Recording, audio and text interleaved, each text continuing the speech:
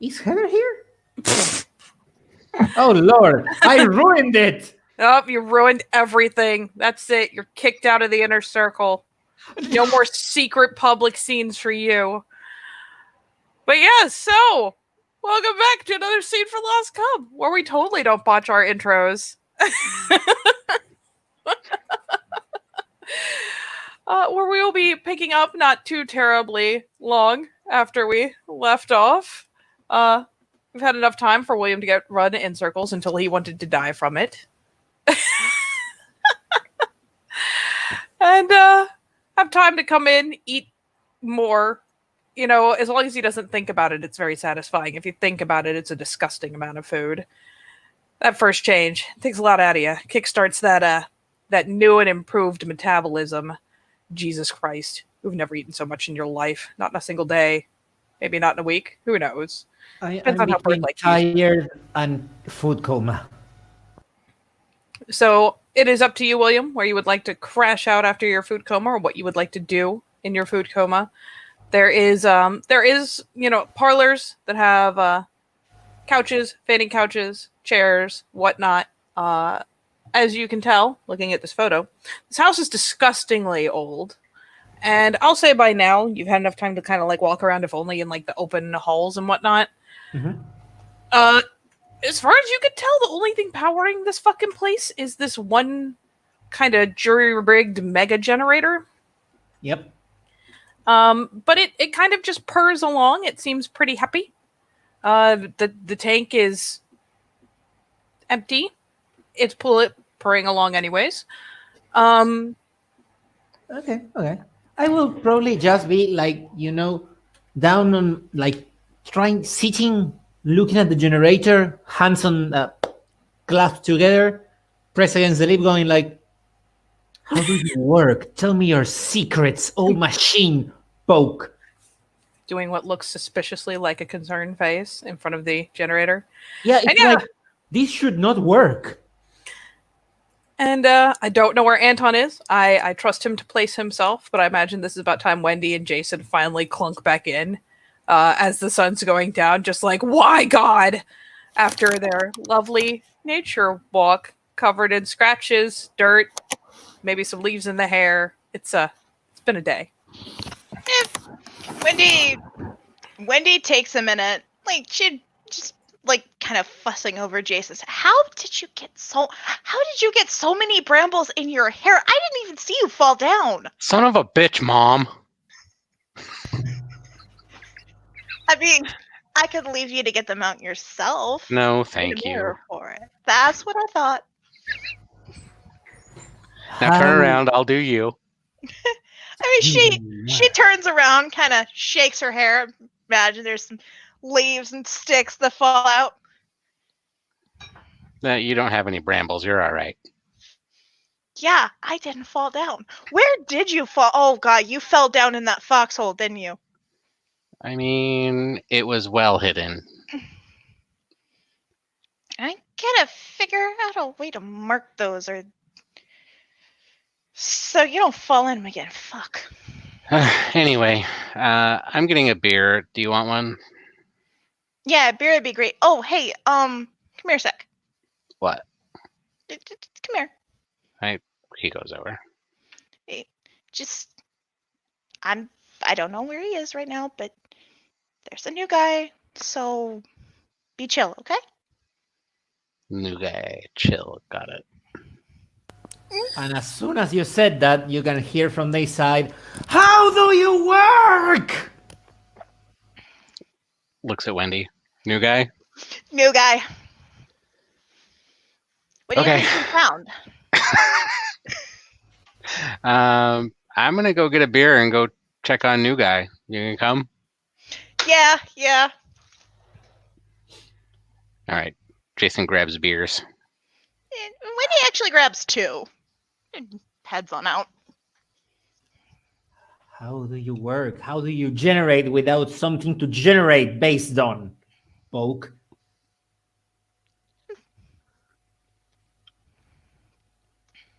Jason's just kind of watching this, realizing that he's never once considered how the generator works. He opens the fuel tank. Yep, this is fucking empty. Yeah, it's one of those moments where, Jason, you realize you never thought about it. You've just never seen anyone fill the generator.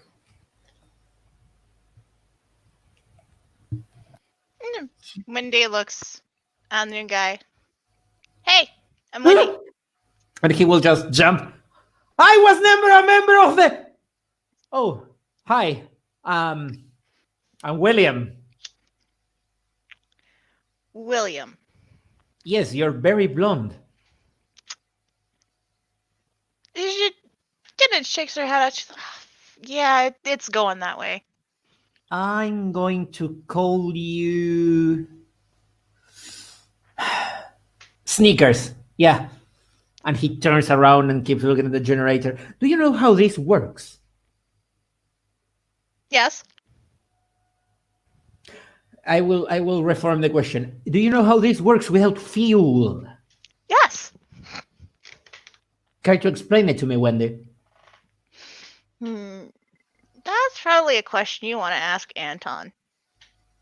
I don't want to ask Anton questions. Jason chuckles at that. Anton has Looks at Wendy. very, very hard a few hours ago. Jason goes over and looks in the gas tank too, because he again probably just always assumed that someone else was filling it. There's even a little gauge on the side, so you can see it's just clear enough that you'd see a fluid level. And there's no fluid level. And Wendy will go, okay. William will look at the other new guy for him. Hey, I'm William. You're very tall. I'm Jason, and thank you. He's not really all that tall. I'm gonna call you. This is tough. Butterfingers. And he keeps looking at the generator. I think I will need to ask Anton, because if I don't comprehend how this works, I cannot help make it better. Oh, that's right. You're a mechanic, aren't you? Yes, I am, young lady. All of you are so young, god damn it. Don't tell me you go by Bill. No, I go by William, or very, very appropriate, hey, you old fuck. All right. Well, in that case, That's what the other Bill goes by. yep. I guess we're gonna have to settle for William, or I don't know. What do you think, Jason? Pops? I mean, I'm good with Pops. No, Yeah, big no, pop. please don't do this to me, my children. So how'd you get here? Okay. He will, plop on the ground. He kind of has a slightly shocked still look on his face. Today was a nice day. I had a nice cup of coffee. I made my way to work. I started dismantling an old Fiat, and then a badger with many, many eyes pops from a mirror, tries to murder me. Except it wasn't a badger, was it? Oh, Lord, no. It was more like a wolf, right? It was a thingy. Lots of eyes, Yep. glowy, sizzly green drool. You have a 10 out of 10 there. And he will look around, and from somewhere he extracts a lollipop. Here, have your prize. She takes the lollipop, takes a look at it, gives it a little sniff. Huh. Tutti frutti. Yeah. I haven't I haven't had one of these since I was like 10 and got shots at my doctor's office. Excellent. Next thing I remember, I'm inside a pickup truck with two people, and then something happened. I feel very angry, and I start, slapping people. I think I tried to slap Anton, and then a truck hit me in the chest, or it was JJ. Well, pretty similar in the end. There's a nod from Wendy. Like, And then I awake here. I awake here naked. Anton tells me I'm a werewolf. I believe I'm starting to develop Stockholm syndrome. I found that I'm not able to go home because, actually, I can go home, but then I will get murdered. So I'm, avoid that. And here I am, being a werewolf, existing, and slowly processing this through a small amount of denial and being chased by scraps and being busy. And that's my day until now. okay, well. Fuck, you want to just go around in a circle? Just look to Jason. Out of character. Jason had done 10 of the true form just to double check the story. No, Son of the True Form. Yeah, he's a Gru. Okay. It takes almost no effort. It's beautiful. Well, you've had a busy day. Yeah, but I'm in the end of the day, I'm grateful with Anton and JJ. If it wasn't for them, I'm sure I would be minced meat by now. That's a thought I don't want in my head. No. Yeah, it's best not to think about that. So yeah, since I'm gonna be living here, and very clearly Anton told me that everyone pulls their weight around here, I decided to be your mechanic man, handyman thingy. I do cars and technology. Well, you know what? It's a good thing you do cars because we got a bunch of them. And we got a couple bikes too. I wouldn't touch them. One of them's Becca's. The other one's Brigida's. I think you've probably met both of them by now. Yes. Yeah. Yes. The trick button, mom, lady. Yes, sir. Yes. Yeah. So yeah, I wouldn't touch the bikes without talking to them first, because No. that's just a good way to get punched in the face. I think. I don't want to be punched. Yeah, I don't. Neither do I. I haven't tested that theory. It's just a theory. But aside Game from that- theory.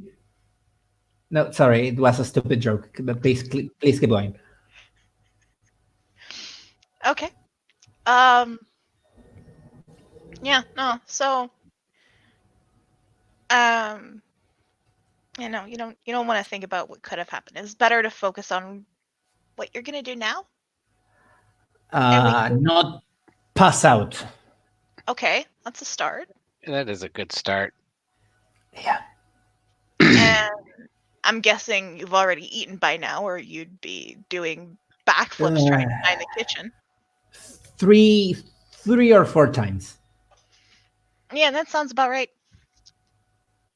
Well, you could have had a worse day. You could have gone through all that and had weird monster eels eat your friends. What? Yeah. Weird monster. What? Yeah, there was these weird. I mean, I don't remember it because I was, I guess, going through my thing. But there were these weird eel, long water snake monsters that ate my buddies that I was up here camping with, and here I am. Shit, I'm sorry. That sucks. Yeah, thanks. But yeah, no, I get where you're coming from. I haven't seen any of my family. Who knows what they think where I'm at, but I got the same story that if I talk to them, that I'm putting them in danger. So Yeah.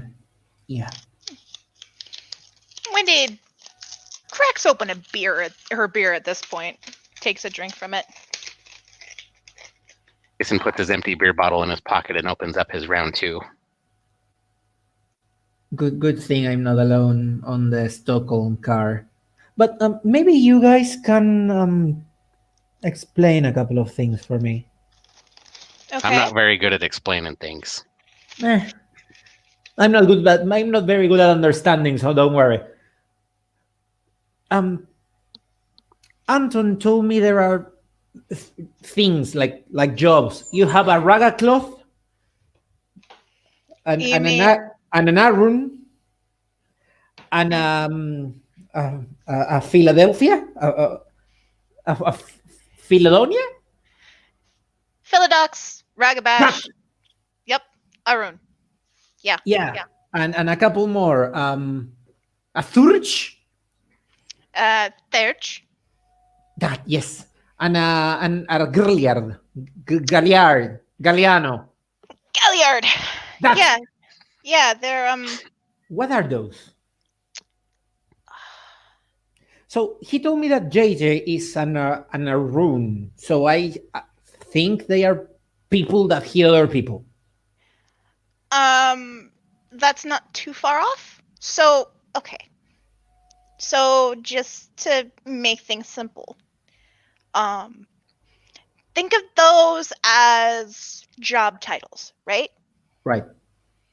Every one of us, after we change, we inherit a certain set of skills from our spiritual side. Like the A-Team. Just something like that. So when you think about it, the Aruns, they're the frontline warriors. And the Ragabash are like the spies and the spy masters. And the people who murder you in the darkness, like Anton told me. Yep. Yep. Okay. The Jason's all nodding like this checks out. the Therge. Wendy, what did I say about explaining things that you don't understand? Jason kind of jumps like, son of a bitch, where did you come from? Yeah, like there's a jump from Wendy too. William just stays frozen and very, very quietly whispers, "Children, don't move. Anton follows your movements." I can Jason see you, laughs. I William. said the same damn thing yesterday. I can see you, William. Don't worry. Wendy stands up. Are you sure, Anton? Yeah, I can hear you breathing rapidly.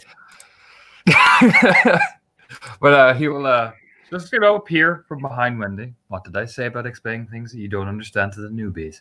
Not fully. Sorry, Anton. I was just It was my fault. I started asking questions. I know you did.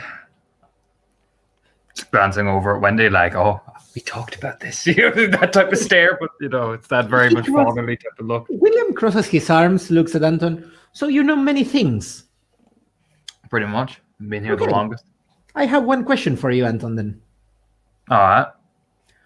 What's my favorite ice cream flavor? How the fuck And am I gonna know? he just looks at him dead in the eye. How the fuck am I gonna know that? It's probably Rocky Road. God damn it! Grinning. Jason's like, damn. That. Who the Good fuck doesn't guess. love Rocky Road, Jason? I mean- who does not love Rocky Road? I It's love got- Rocky yeah. Road. It's Don't you got like peanuts Rocky in it. Road? Yeah, exactly. Who doesn't love Rocky Road? even people with nut allergies like Rocky Road. But if you have any questions, this is why we emphasize myself, Jane, or Bill. We've been here the longest. We've got the most knowledge out of it all. There is the fountain on the Umbra, but there's between learning You from a talk spirit. to fountains. You know what? Fucking all right, kids. We're going on a field trip. All right. You two get to the Umbra now. I'm gonna walk him through it. To the what? The Umbra. To the Pumbra. Lumbra. Umbra. Say it with me. Umbra. To the Hombre. We are going to the Hombre. Oh no. No. Umbra. Umbra. Nice. It's like all one word. Just in and out, old man. In and out. Umbra. There you go. Hey, There you yeah, go. okay. It will never stick. No, but all right. So, yeah, right. Stand beside me and look out that window. Okay. We need to hold hand or No, something like that. No, don't hold my hand. What the fuck? Okay, dude. Like you asked me to stand behind. Okay. All right. I want you to look into that window and look at your reflection. And I want you to concentrate. And imagine like you're about to, it feels like you're pushing yourself forward. And I want you to, even both in your mind and physically, take a step as if you're about to step through the window, but not quite. Okay. Just concentrate, block out everything and just focus on that one thing of moving, as if you're pushing through like a barrier. He stands there, look at himself in the window. Right cheek, left cheek, checks the eye bags. Well, damn, I'm look old. That's what the smirk. Yeah, you're an old as fuck. He just gives Anton the side eye and go like, right. Like I'm not about to try and break the laws of reality and thermodynamics. Fuck it. Go for it, big man. And he will try it. Yeah, If sure. I'm not mistaken, it's a gnosis roll. Isn't it? It is a gnosis roll, but the difficulty here is very, very low. Watch me fail. Told you. I'm gonna get back to my. Where did you roll it? What? Oh no, I went in extra. Sorry. Oh, try again. I will roll again and watch me fail again for the sake of fun. Yeah, no love. You pass. Ooh. Okay. Yeah, it is the weirdest shit. You're like, all right, I'm stepping through my reflection, which makes no sense. He I'm will just go gonna like, do it. Fuck it. We're he gonna will go go back to this looking glass thing. you know, Anton, this is bullshit. And he steps in front and he just crosses the umbra and goes like, this is bullshit. Oh shit. Hurry up, Jason. hurry up to catch up to him. Lol. You When don't he need to looks roll. You normal, know what at you're least. doing. I'm letting him roll because he's a baby. All right. So yeah, eventually Anton will go, whoa, William, calm it down. Don't freak out at Jason. Don't That's do it. that Don't He's do still it. making a high pitched squealing noise. He's been doing it for the whole minute it took you to cross. you saw him there and he's like freeze with one hand up, one finger pointing up and go like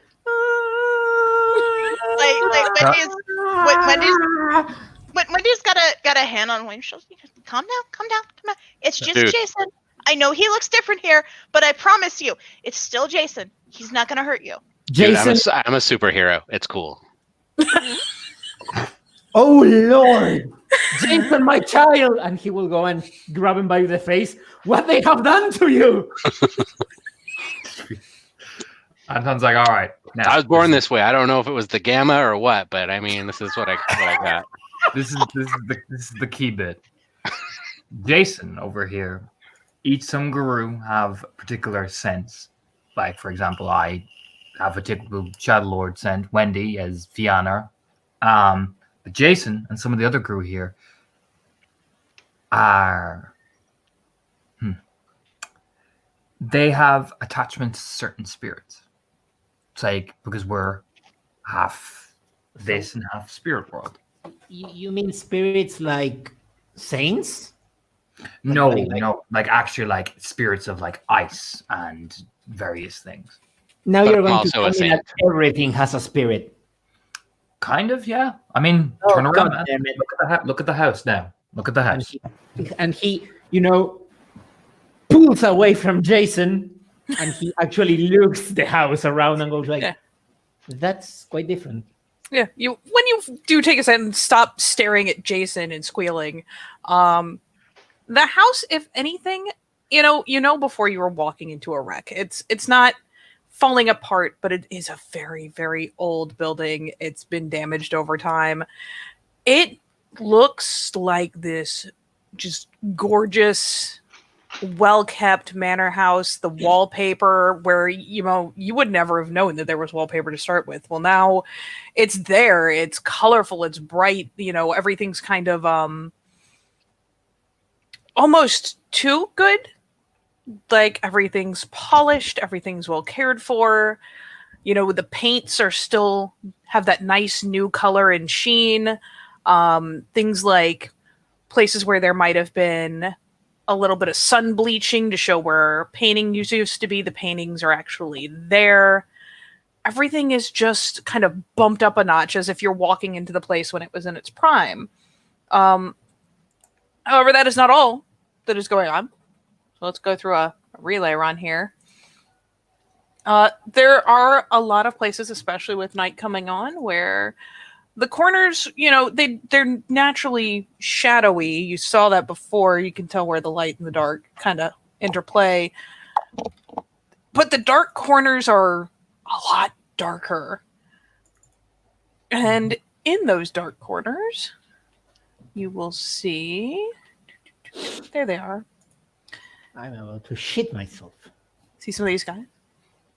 Oh no! Probably No. don't really even see the outlines initially, just those dark shapes, the eyes.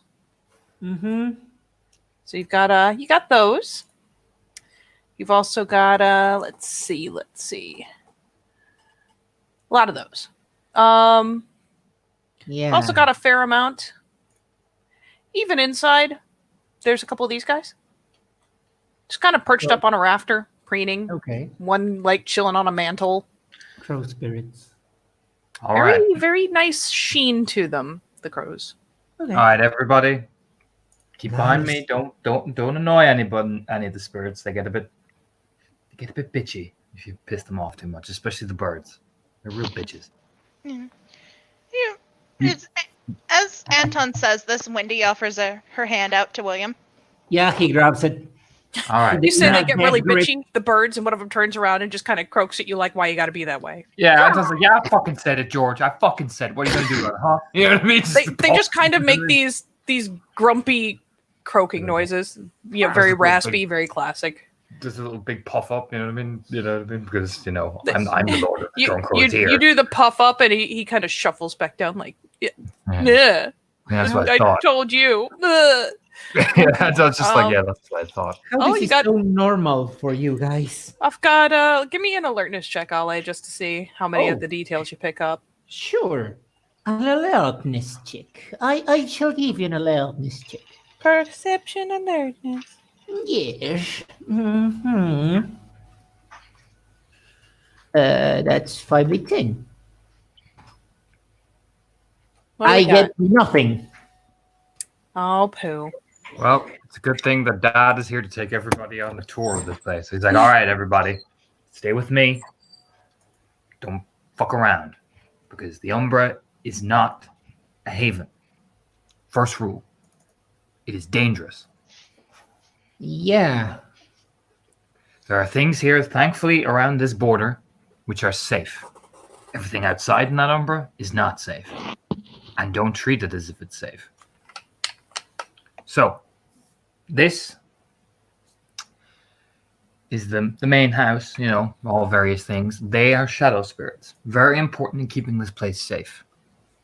If you're not going to be able to understand them because there are certain things that we have picked up to be able to understand them, well, come with me, William. Come on. We'll see if you are actually like Jane. Like who? Jane, she's my beta. She's a theurge. She can commune with these people the best out of all of us. Right. Okay. This is her specialty. And Anton He will follows. approach the shadow spirits, does this little lean. He even kind of mimics them in a way. It's really weird watching Anton interact with spirits of his own brood. Oh boy. Oh boy. your bestie back up here. Does William let go of Wendy's hand at all in this? No, No, she's yeah, fine. She's coming along. he starts moving, and then if she stays there, he will turn around and go like, "Come on, Wendy, you heard the boss," and start pulling on her.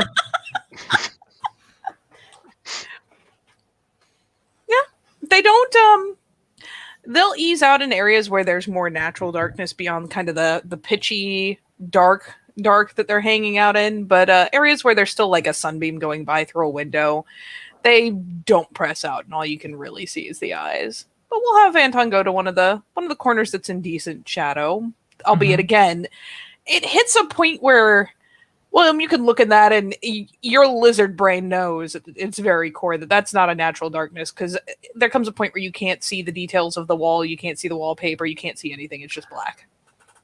So Anton will say in spirit speech, which for William I imagine sounds like this weird fucking hissing. Yeah. Hello. And he keeps that voice very soft, like they speak. Yeah. The nearest one just kind of sways over. Very mellow, albeit to William especially, who hasn't seen them before, or any one of you that hasn't really interacted with them. It could look menacing. It's just kind of a sway over. It goes, hello. Would you be able to do me a favor? Always. Would you keep an eye on this one while he's here for the next couple of weeks for me, in case I don't see where he goes? It flicks its eyes over. William cannot understand a word of what's going on because it sounds just kind of like soft breaths and moans. It's not. That's not words. But mid conversation, it snaps a glance straight at you. He's new. While I know Jane has stuff to keep an eye on all of us, you could do this for me personally, seeing as I trust you all so much.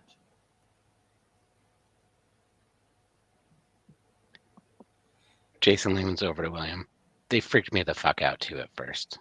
It lifts a hand finally, and Anton, you got some pretty good rapport, and so does Jane. So it just kind of He'll pumping noses into her as well, just because you know what, your grandfather's brood. You get goodies. You always get goodies off me. Oh, yep, that'll be bribe enough. It starts to kind of lifted arm, and you.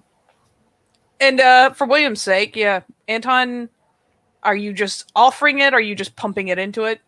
Yeah, I just put my hand on its and just transfer the noses in between our hands. It's weird because they avoid the light, William. But yeah, there is a weird kind of, we'll say in this point, it's almost like veins lighting up in his palm and lighting up in the creature's palm and then both fading. But there's obviously like a transition from one to the other of Guys, something. I think Anton is boiling. That's why he's hissing, right? No. Wendy shakes her head. Mm-mm. He's just giving it some Glance over Candy. shoulder. So Let's say candy. you didn't understand any of that, right? No, for me it went. Then you're not the urge. So that's eliminates It that. seems content and affixes, just a kind of passive watch on William as you continue. He All right, looks at so- the shadow on the bus and go like, "Hi, shadow. Hello there. Hello, Chicago." It just continues kind of floating and drifting. Though for the sake of note, because you guys will end up moving around, whether it's actually moving as though it's kind of a cloudy figure or literally just walking along the wall as if it is your shadow, it will continue to follow the group for the foreseeable future. And Anton will start walking. All right. They're the crows. Mainly storm crows. Their grandfather Thunder's brood. They've been the main progenitor of all of us. Myself and some of the others, we follow the totem, Crow of War. He has been with us since the very beginning. He's the big motherfucker up there. And he looks up. Oh boy. Sure.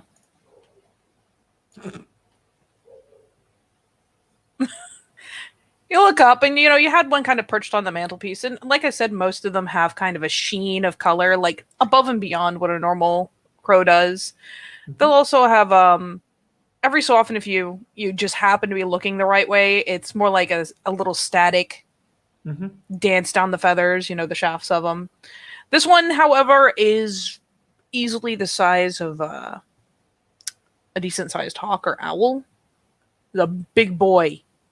Big boy. You probably thought you glanced past him thinking he was like a prop or a taxidermy or a fucking ornament. Nope. He just turns the big head and gives you one of the eyes. Hi, Mr. Crow of War, sir.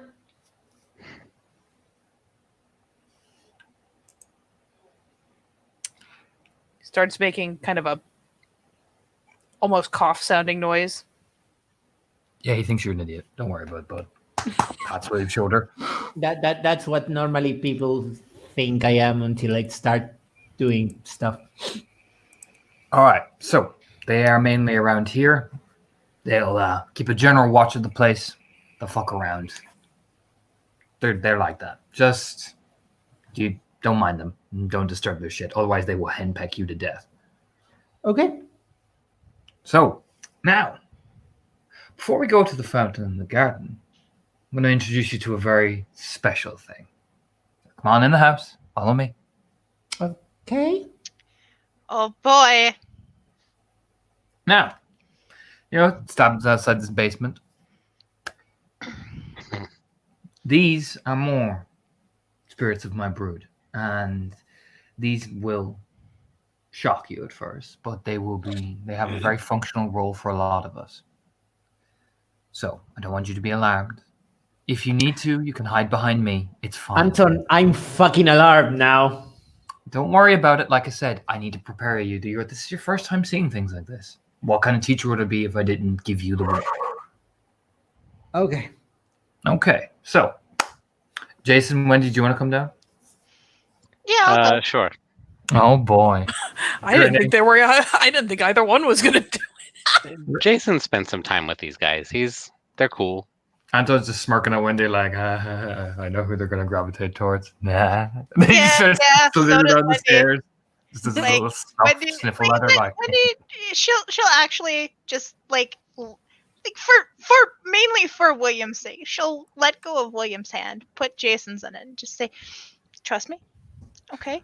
You're gonna want to hold on to Jason's hand right Back now, better not if you mine." hold on to mine. I'm the one who can command them, remember? Is he just grab, just like, Jason, you get behind me.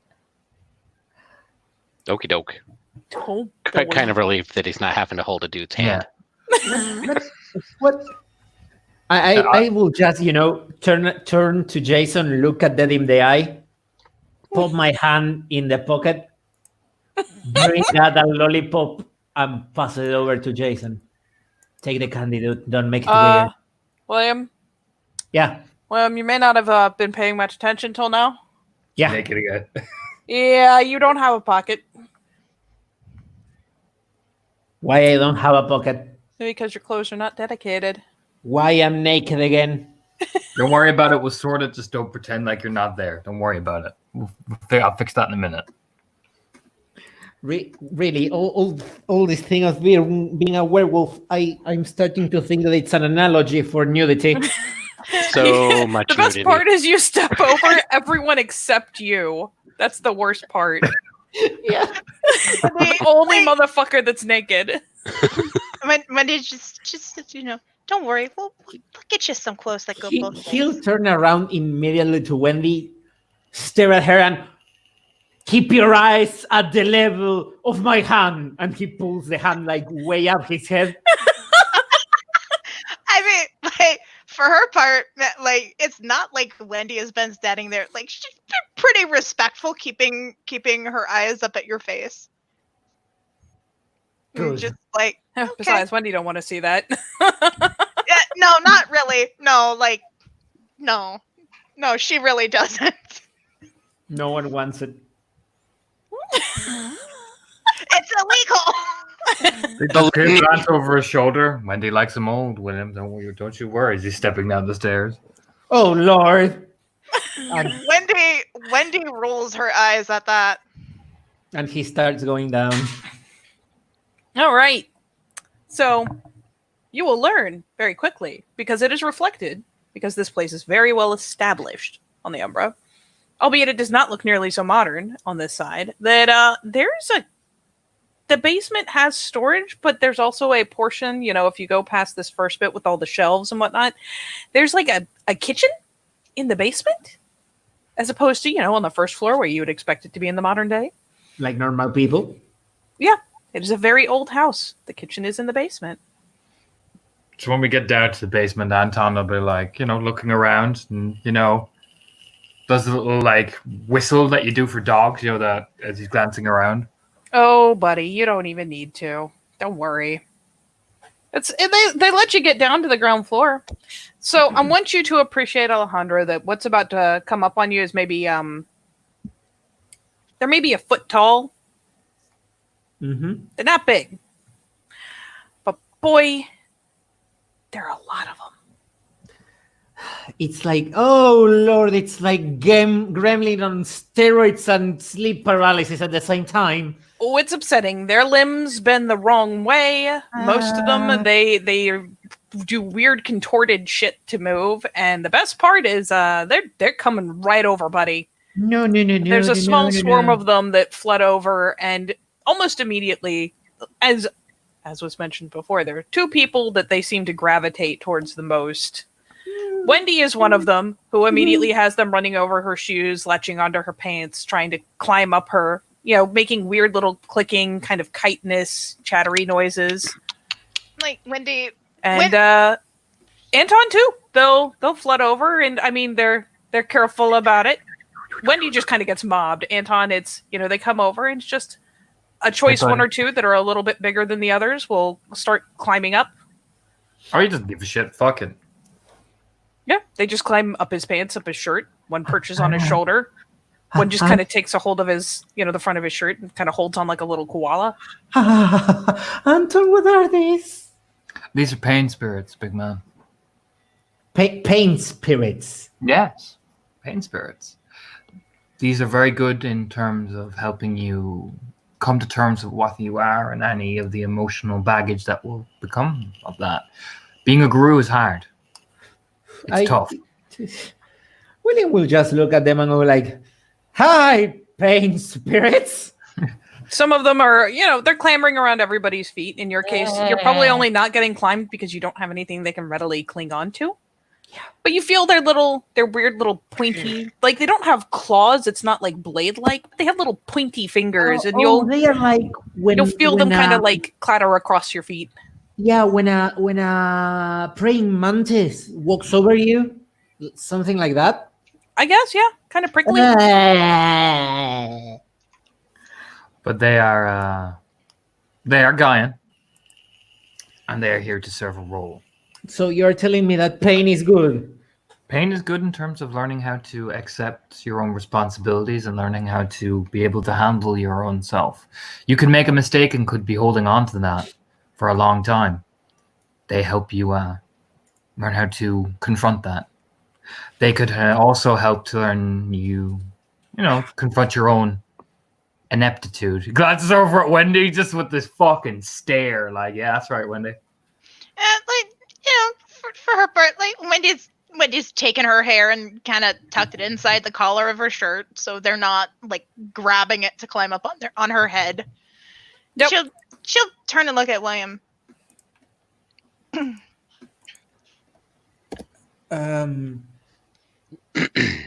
Look, I'm just speaking from experience. Yeah.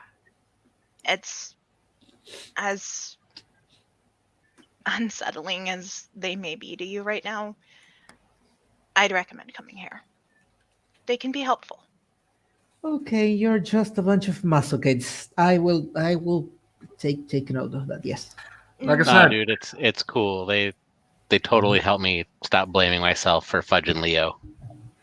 They don't cause pain. It's more like Emotional pain in some weird kind of reclusive way that does not allow you to continue because you cannot forgive yourself. exactly. Yeah.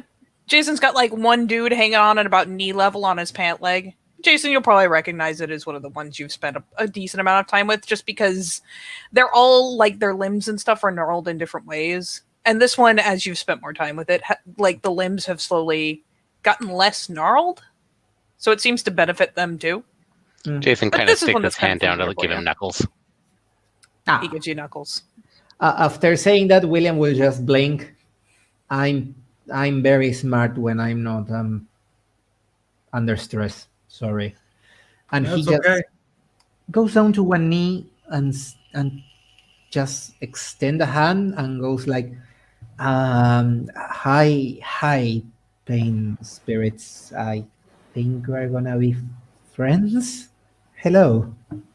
Oh, the closest one immediately takes the invitation and climbs into your hand. It's funny because they seem to be very aware that they could easily cause you pain if they really wanted to by gripping Yep. on too tight with those little needle fingers, but he climbs carefully onto your hand and kind of grips the arm. He's got opposable thumbs. He can pull it off. Okay. And it looks at you and it makes the creepiest kind of like predator chattering noise. Oh Lord, hi But, everyone. Yes. But I mean, for you guys, it's like, oh, hey. Yeah, Anton gets it. Mm-hmm. It's funny because it like leans down and like sniffs your wrist and stuff. Like, hold on, let me get a gist of what you got going on. Where's your baggage at? I put the song in the side chat for what they're like when they come near fucking William. Nope. Wendy just they're just saying hello.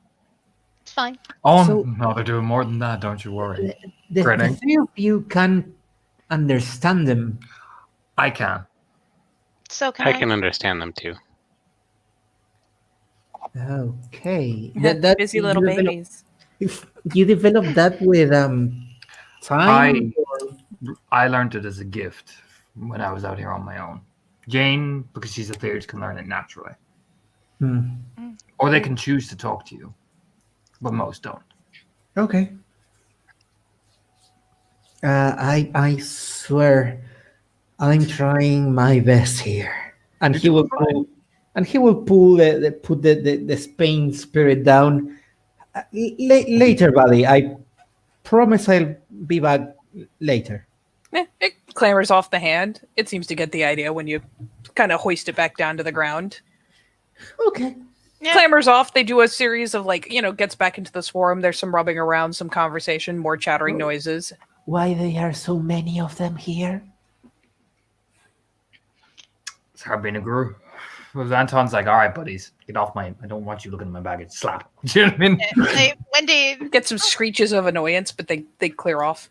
Wendy, like kind of reaches down, like starts like gently picking them off. I'm helping show the new guy around. I'll be back later tonight. Okay. One of them like hooks into your hair for a second and finally like, oh, fine, and let you put it down. Anton's the only one gets the screeches because he's got the authority to give him a slap. Yeah. And they're just like, hey! Wendy is kind of like she's kind of holding this one like as she's putting it down, like the way you would hold a cat that you're pretty sure doesn't actually want to be held, very gingerly and very far away from her face. Yep. Just the little scrabbly legs by the time you set it down, just like a cat that doesn't want to be held. All right, everybody, come on out of the pain spirit basement. Okay. Oh boy. Out of the painsment. Yep. Anton leads his kids on a field trip out to the garden, to Elf Fountain. You've got the garden is its own spirit, way outside. The fountain is in the conservatory, which is technically in the house. It's the big glass-walled room where Becca and Jane work on the bikes. You know what? I was being a dick. I'm gonna head to the graveyard first because we got to learn all these things. Fuck it. Before I head to the water fountain, we're gonna this is he's We're like going follow to do me. the full field trip. Oh, Yeah. boy. So he's checking through. Now, thankfully, Jane is not here. Otherwise, she would do this personally, but she's going to give you your own crash course anyway because she's Theurge. So she'll explain this in a lot more detail. Now, follow me. Okay. There are many different types of spirits here. So I want to give you a wide variety before we go on to the water spirits because the water spirits are lovely. I want to show you what is all around here so you don't freak the fuck out when you see it in the distance. Okay. So we're going to the graveyard. I wonder if I have a better picture for Umbral Graveyard. I might not. In the Umbra, it's not nearly so fucking creepy as this. It's actually very well kept, very nice stone walls, the nice wrought iron gates. You know, all pristine in the Umbra. You know, there's a nice walkway. Everything's upkept. It's not nearly so menacing in the Umbra. It just is a very natural part of the landscape. Yeah. He will notice this, and as we walk, he will comment on. So the house is fuck on the other side, but this place, what? It's ingrained on memories, on feelings, on It's the echo. statements of previous. It's the echo, yeah. It's a reflection. Huh. Okay. The And house is old. The house is old, very old. And what happens sometimes with Guru is that they can fall off and it can go into disrepair. It's a common occurrence. We're the first Guru that have been around this area in a long, long time. okay. This is the previous residents of the other Guru. And so Jason here has digivolved into Superman. Why I still look I like mean, me, except naked Because me? you don't have any spirit heritage. Oh, that's sad. Oh. I mean, I don't either, man. So just gives a shrug as he's walking. Apparently, one of my ancestors got it on with a blizzard Yeah. spirit. Here One- I am. It's not typically done that way, but they make That's the same thing. one hell of a lathe. So, this is the graveyard. This is a very, very, very, very, very important place. Don't fuck around here, because it won't be me you gotta deal with. Oh, this only gets better. Oh no, Jane will just give out shit to you. This is her specialist area. But he'll reach out his hand, because he's seen a lot of death. Just lifts up his hand like that and waits. You also spend a decent amount of time with Jane, Yep. especially when she's out here. So, And it saved her fucking life. I mean, okay, fine. I guess they're cool with that. Let's see how these comments. Oh, I love being able to see the live comments. It completes me. It takes a minute, and it's funny because you put up the hand. You're standing what, just inside? Yeah, just inside. He's not gonna go all the way in. He's not gonna disrespect Jane's shit. You'll eventually see what, like, it flips over, starts crawling along the gate, just slowly puttering its way down one of the spokes. So you could shift your hand over and it would just crawl on. Little feelers going bananas. That's a moth. That is a death spirit. It That's what looks they look like a at. moth. If you look very carefully, come over. Come on. He will start very carefully stepping forward. And you keep it on his arm. See the death Yeah. head? It just slowly climbs over onto your hand and seems fairly content there, just wobbling its antenna. They're pretty mellow. That is the death spirit. Hi, death spirit. It continues to just lay there and wobbly the little antennae. It says hello. It's kind of cute. It is.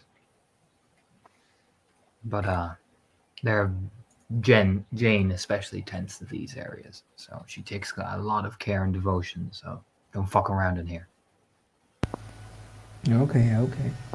Just be respectful. You're good. Pop, pop.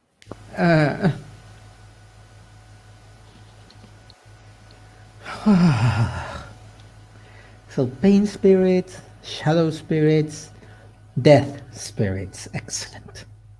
Now, it'll just let the moth fly back off. Like, go on. Yeah, Come you on, get you back put in. your hand like near anything, you put it back over by the gate, and it just slowly, just kind of eases off. It's not in a rush.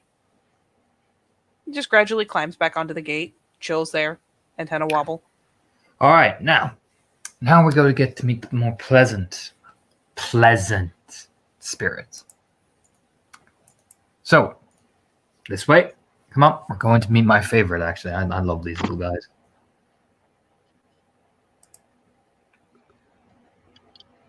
When I first came around here, these were the people that took care of me, taught me how to do things at first. First spirit I ever met. So these guys are the shit. Walk over to the fountain. So, Anton leads you back towards the house, but rather than coming in the main back door, that's more the clear usual place for going back and forth, there is a portion of the back wall that's just this big glass conservatory, like what you would imagine would be a greenhouse. And as you come in, at least on this side, there's probably some lingering plant spirits, some reminders that are still there, little pops of color, but you come in through the glass door, and there in the midst of the conservatory is let's get it. Where's my folders? That folder. There we go. Is this fountain. And inside the fountain, pretty blatant little guy. Blooping around, probably playing on the top tier. Yeah, Anton immediately walks over and does the big scoop, lifts him up in the air and tosses him, lets him fall back down the fountain, because Anton is the bestest friends with the water spirits, because I have done so many fucking things for them. You have done a lot of things. You have paid a lot of chiminage. You've got a really good standing rep with the water spirits. And this one in particular seems, it makes splashy, burbling noises, but it's like, yes! You scoop it up. You fling it into the air, let it drop into the bottom basin. People get splattered. You get splattered. It seems pretty happy about it. A series of bubbles come up before it finally pops back out again. Yeah, just picks it up in his arms, like, come on, buddy. It's always weird holding them, just because you always have to have a cupped hand at the bottom where they just kind of slither out. He does the thing where, you have one in your hand and you slither back into the hand, and it's like a game, essentially. Oh, he's all about that. Thankfully, as long as you've got at least one cupped hand, he seems to be able to stay formed up and no problem. There's just got to be a cupped hand at the bottom. Now, this is a water spirit. These are very, very important here. Even more so important than the death spirits, because these are the fundamental assistances of this place. They are. Dude, just like they are the backbone. bobbles. They are the backbone. Oh, they're so They cute. are absolutely fucking adorable. Yeah, we agree on that. So be fucking nice to these things. This is the fountain. This is water spirit. Zia flips it over in his hand, like, come on. See, still. Slithering all over the hands, like, yes!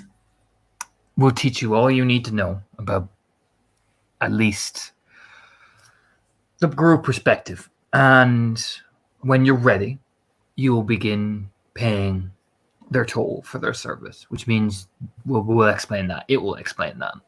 I'm going to leave it to the spirit to explain that bit. Okay. And William, this is one of the first times where, though you still hear the splashing and the bubbling, you get the impression of excited squeeing. He's happy. Yeah, you're a new person. You grew. And we've done a lot of things for these water spirits, so they are very, very happy to see us. We've protected them. We've helped them grow. We're currently helping them do a very special project. But we have put a lot of stock into these water spirits.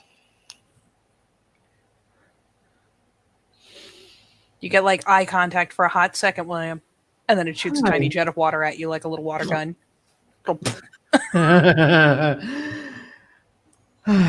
So the fountain you can come to at any time. Sit down, ask questions about being a guru, and it will explain everything to its best ability. Okay. So the water fountain, it's like an amalgamation of water spirits, or just one massive one, or many, many small ones? All right, little man, just holds it up in his hand. Explain. Oh, it is just me. I am the fountain. Little head, little bobbles. I understand that. You do?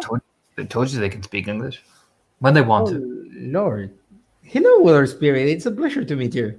Yes, water represents, among many other things, purity, cleansing, healing, and communication. Huh. I will offer you some candy, but I'm stark naked. Who not candy? Do like this. It like puts its hands out like little cuppy hands. I mimic. It proceeds to kind of describe to you, essentially reach in as though there is something in your very, very middle, in your very, very core. And it is the magic that makes you tick and makes you change and makes you special.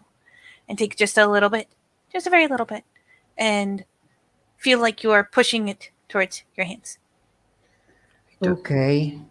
Just look at the war spirit like, fuck, you're charging him on his first day? Jesus. You're not charging him. He said he wanted to. He Staring like, damn. he puts his hands in like a cup, but it doesn't work for him. So he does something different.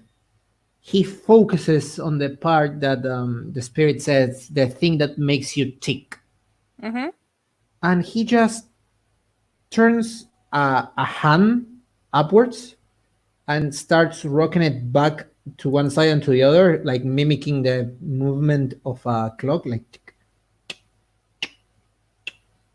And he will try to pull out a point of gnosis. You can.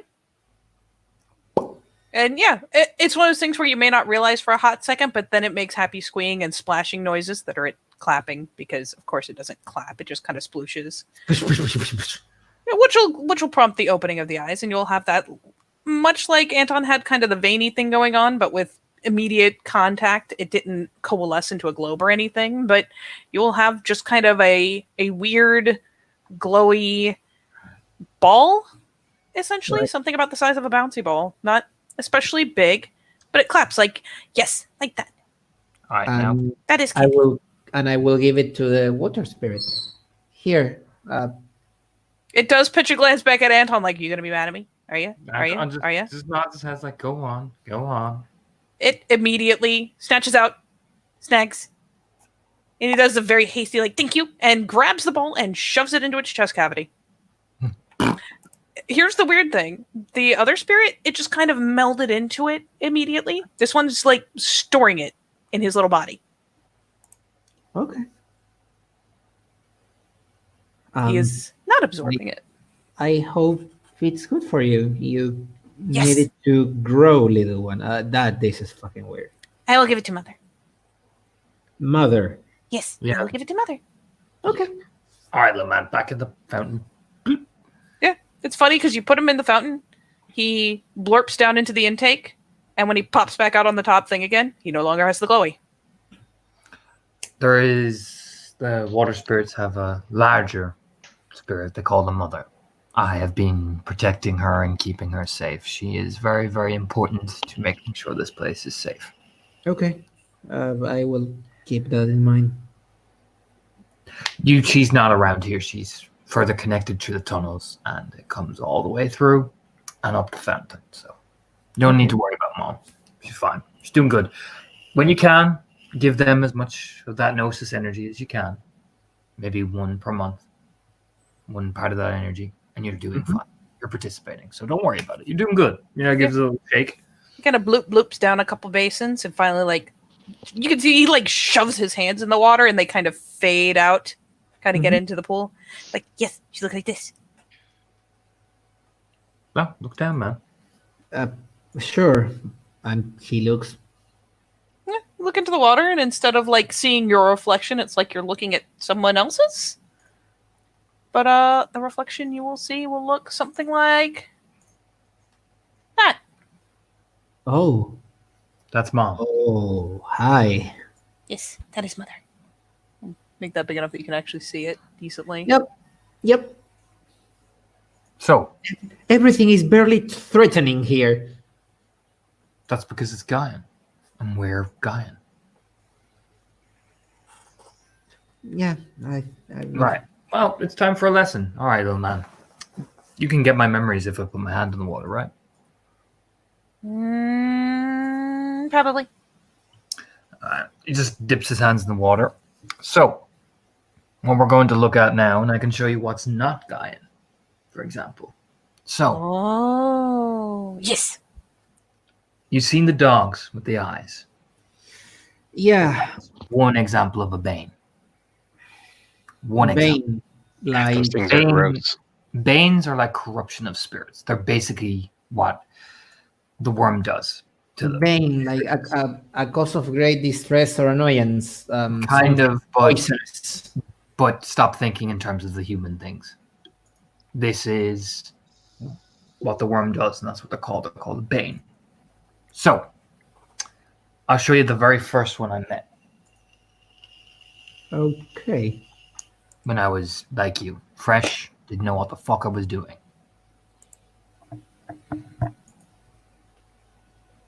Technically, very first. I want to say it was. Try was a trash spirit. Oh, it was? Jesus, I forgot. Mm-hmm. Was this guy? I didn't. So this, I found this thing. It is a trash spirit. Oh Or Lord, trash that's awful. It is all about pollution.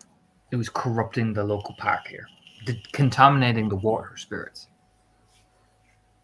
Now, this is a small time thing. Not very big, right? It looks awful, Anton. It is. It's corruption. That's what the worm does. Twists things and destroys them, pollutes them, violates them. It's... Right, well, let's get into something a bit heavy. Show me the... You look like a little man. Show me the Bane that was in Carla's mom. Remember that one? It thinks about it for a second. Thankfully, when the crow was playing its games, it was using a pool. So,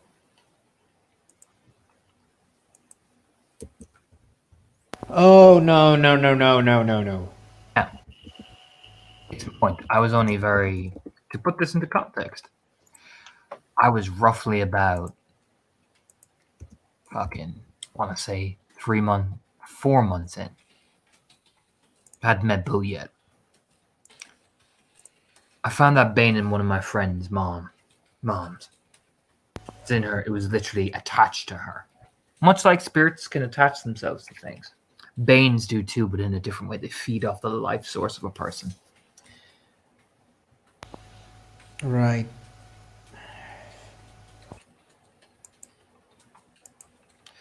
And Carla's mom, my friend Carla, was deteriorating day after day after day. And what it was doing was it was living off her and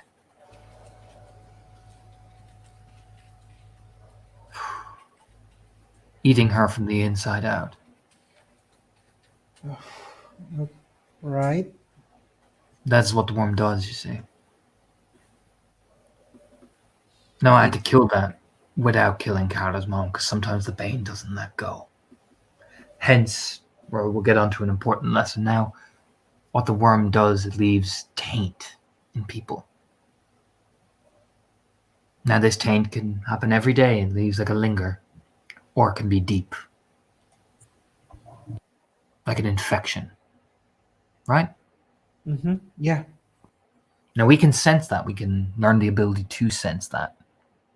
We'll show you. We'll teach you that. It's very important. It's a good tool to survive. But that's a classic example of a different type of Bane. Now, I'm not going to show you some of the others because some of them, you're not about ready to see some of those Banes, but the worm comes from the most deepest and foulest things. the water spirit just chirps, Skag. He's teeny. Holds up its little hand, like you can kind of get the impression of fingers. Like, it's fine. It's a little one. Yeah, show him that one. Oh boy.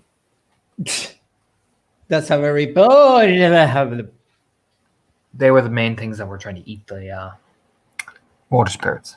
I fought them down in the caves. Oh, what the fuck are those? Scrags.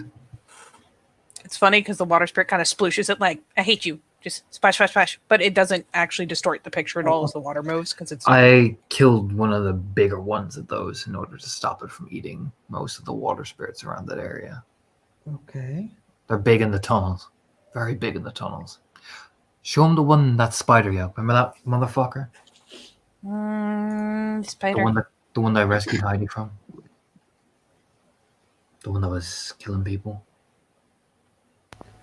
What the hell? These are the spiders. Now, these were the subservients that they would gather in a mole, right?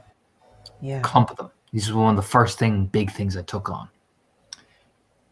And they would infect people, feed off them, and the people would come back as lifeless husks. It actually does like a really upsetting little animation where it kind of zooms out and you see the spiders all begin to swarm and Oh. essentially swarm a pile of clothes almost. Yeah. And then it just slowly builds itself up into a person's shape. This is one of the first things I took on when I first came here. I had to actually kill one of these here down in that basement. Oh Lord.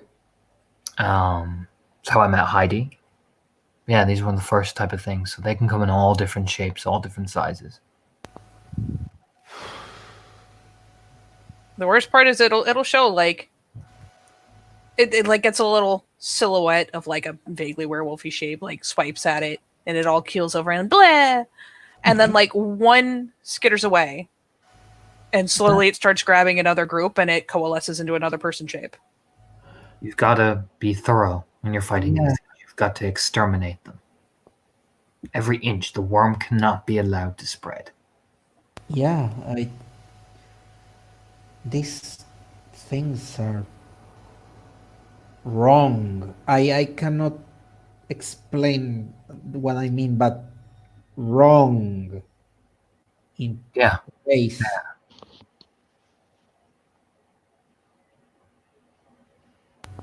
Okay. So we are going to be needing to dismantle this? Things like it, yes. We got to cleanse it. But that will explain cleansing too. You clean the area. Okay. If you let it go, it does this. He splashes again, and we'll pull up. Where is it? Just because. Where is he? I know you're here somewhere, little fucker.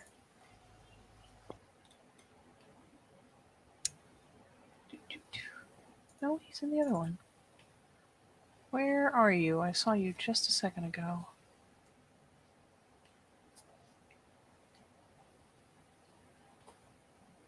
Aw,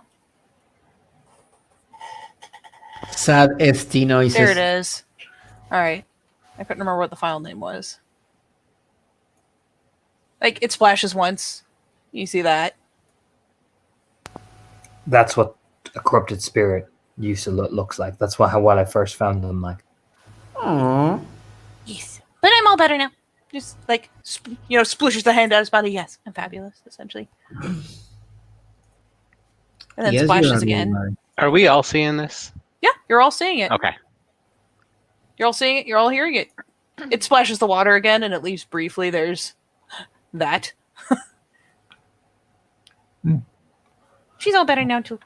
Oh yeah, that's what Mom used to look like when I had to cleanse her. Oh, this is the Kraven. Oh, that's that fucking thing?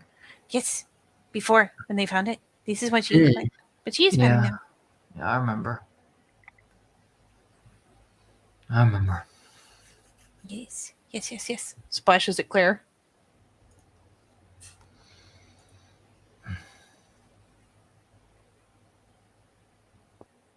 Okay. Sport. Blech. Jason looks at the spirit. Now you were showing us Anton's memories.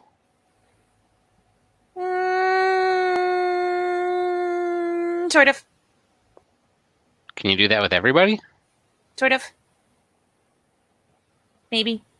Gimme. Well, what are you wanting to show? Glances over at Jason like eyebrow raising. Oh, nothing right now. Just curious. Maybe sort of, kind of. Jason sticks his little blizzard finger in the water to leave him the little crystalline trail that he's liked to play with in the past. It actually does. He immediately becomes distracted, like, because it just thematically, the trace of your fingers leaves at the very least a sheen of frost and can sometimes freeze portions of the water, and he proceeds to like penguin slide across it. Yeah. Wendy looks at Anton. Could I show him when I did the rite of cleansing here? We'll get to that. What I'm going to show him next is when Banes attach onto people that you'll meet. Like I said, it attached to my friend Mom. Yeah. But there are people you're going to meet that they have Banes attached to them, and what they turn into is what we call Fomorian. Yeah, dips his hand in. Let's see what I've got. There was that fella in the fucking club that I killed with Jane, or there's many that I fucking killed that were Fomorian. I'm trying So- to. What are you trying to say to me, Anthony? That there are people who accept these things? Yeah, there are people who willingly or unwillingly can be corrupted by the worm. Fomori. It flashes through like the spider shows for a second. That creepy, narrow-headed thing shows for a moment. Let's see what else I've got for Fomori. Usually look like people. Hard to show. Yeah, Yeah. Kind of sulks. there's one. Against the water spirit, there's one. There's one definite Fomorian thing that I know. Oh, are you about to break your own fucking heart? Yeah. Show that one, little man. There's some doubt for a hot second, and it kind of bobbles in and out of the water, but finally, no, okay, splash.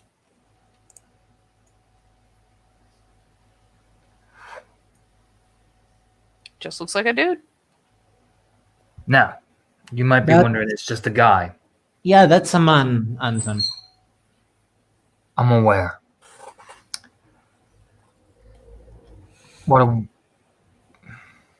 It starts kind of transitioning. What a wormish thing can do.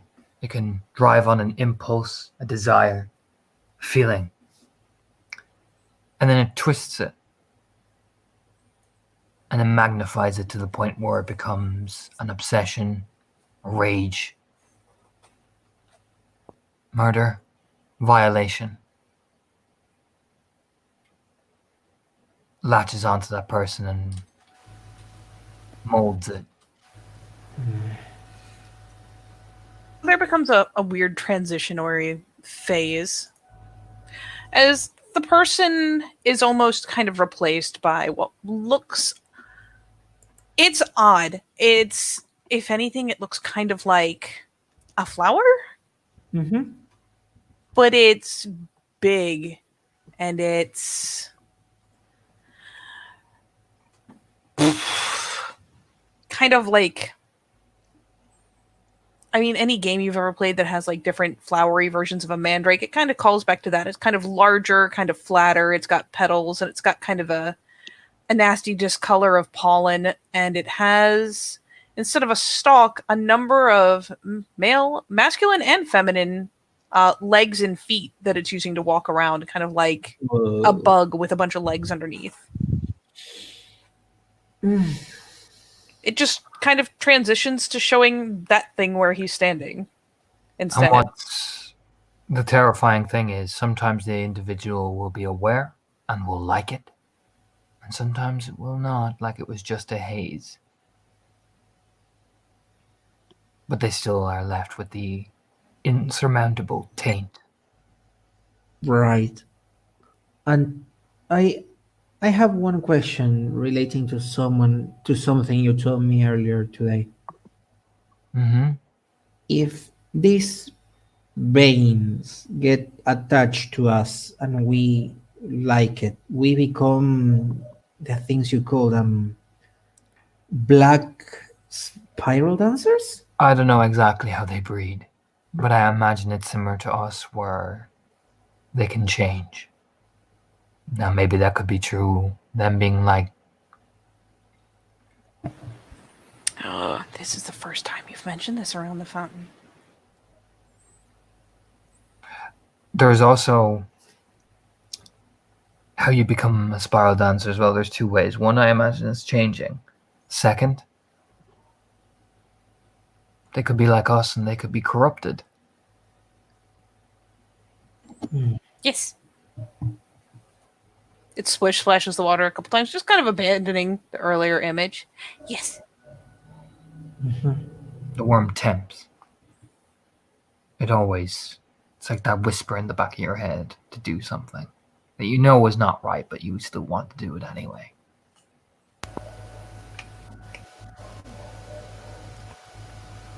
Okay, so all those bad choices, all those meaningless acts of random violence, all of those things we just watch in the news and nod our heads and go like, "Oh Lord, civilization is crumbling down." Everything is a worm. The worm plays its role in those, yes.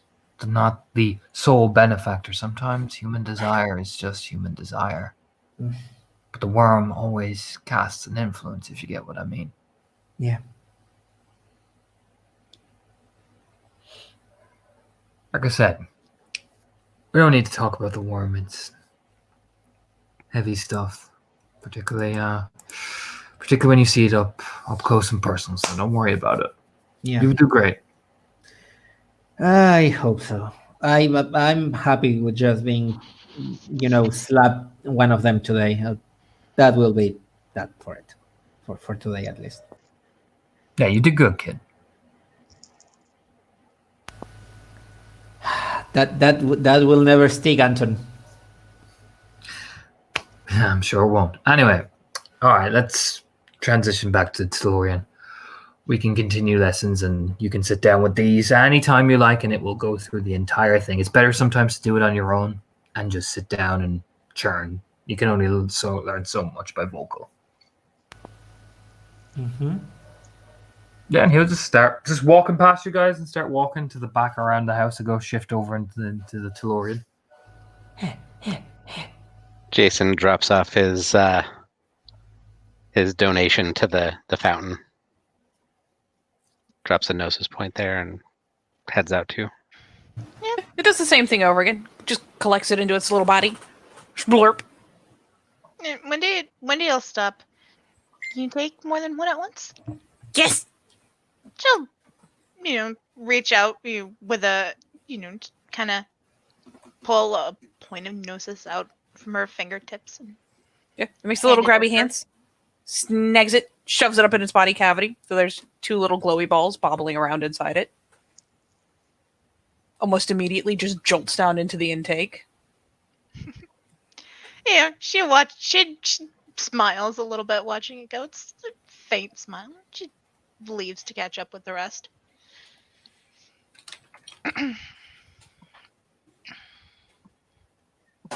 Ah! I just threw everything I own on the floor. Oh god. It happens. But yeah, I tried to smack Anton my face on the desk.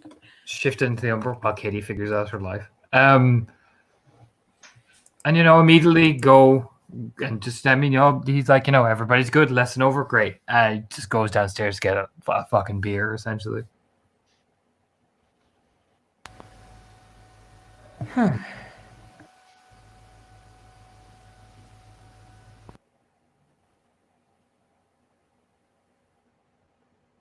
So, what do you think? Everything is weird and very, very uncomfortable. But if we can stop those things, as I told earlier today, Anton pulls a hard bargain to drive away from. Yeah, he really can. But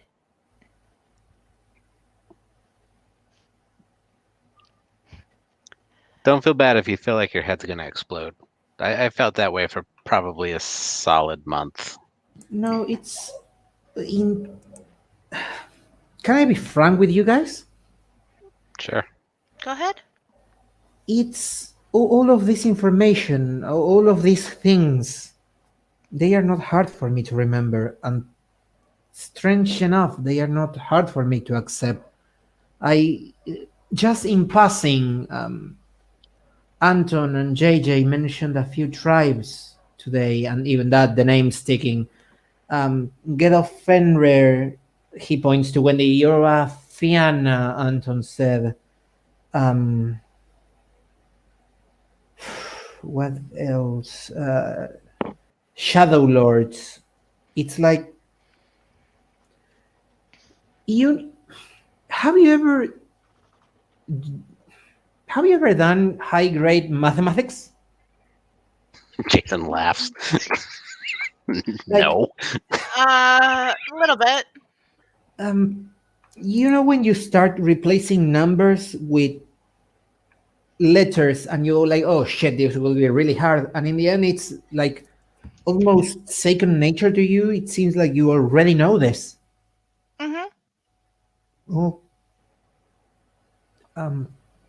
these things, the tribes, the spirits, all it's shocking, yes, but it's ticking quite quickly. I'm glad to hear that. And maybe that'll mean it was easier for you to accept than me. I basically spent most of the last year not really accepting it. Well, maybe you have your reasons for that. I told earlier Anton and JJ, I don't have many ties with with people in general. I think, 2 friends in Roanoke, and one of them is my therapist. Wendy sits down. I have a sister. She is, what was that word that JJ said on past? Garu. She's Garu or No. kinfolk? She's probably kinfolk.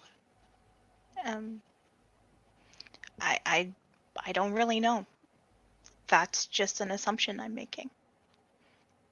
What I do know is that she went missing 4 years ago, and I came here because I got a tip that she'd been seen in a pawn shop.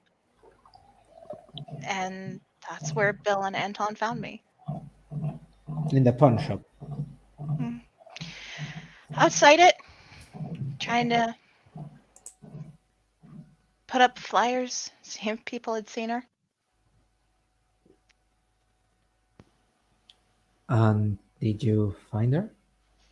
Not yet. And I think that's part of why I spent such a long time not being able to accept this. Because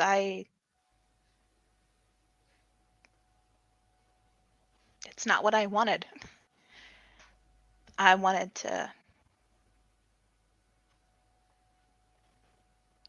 things to go back to the way they used to be, and that's just not going to happen.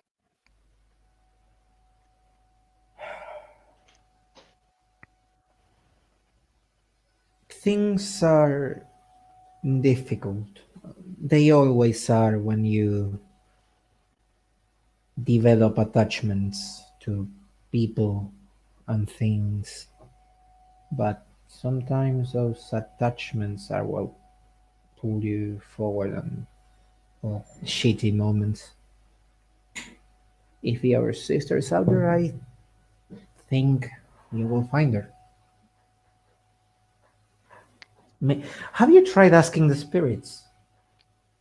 Jason looks over at Anton. What, Anton? Anton went inside, man.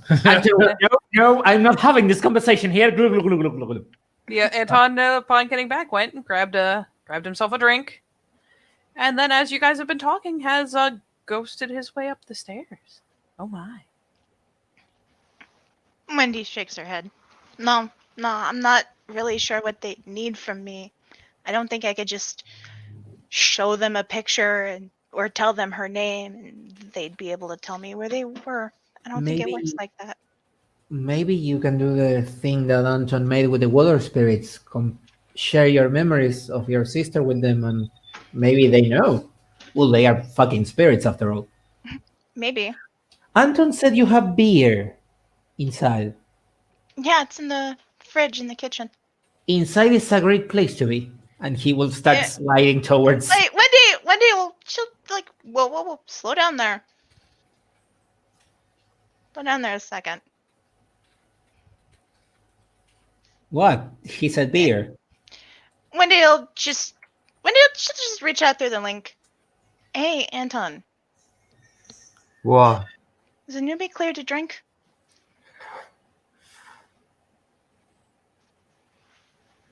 Yeah, why? He's older than any of us, Wendy. I'm sure we're not going to give out to him for not being able to drink. That's not what I meant, but okay. You were allowed to drink. Yeah, there's a okay, fair enough. Wendy, you're staring blankly into nothingness. Oh, sorry. Yeah, come on, it's fine. We'll go get a few beers.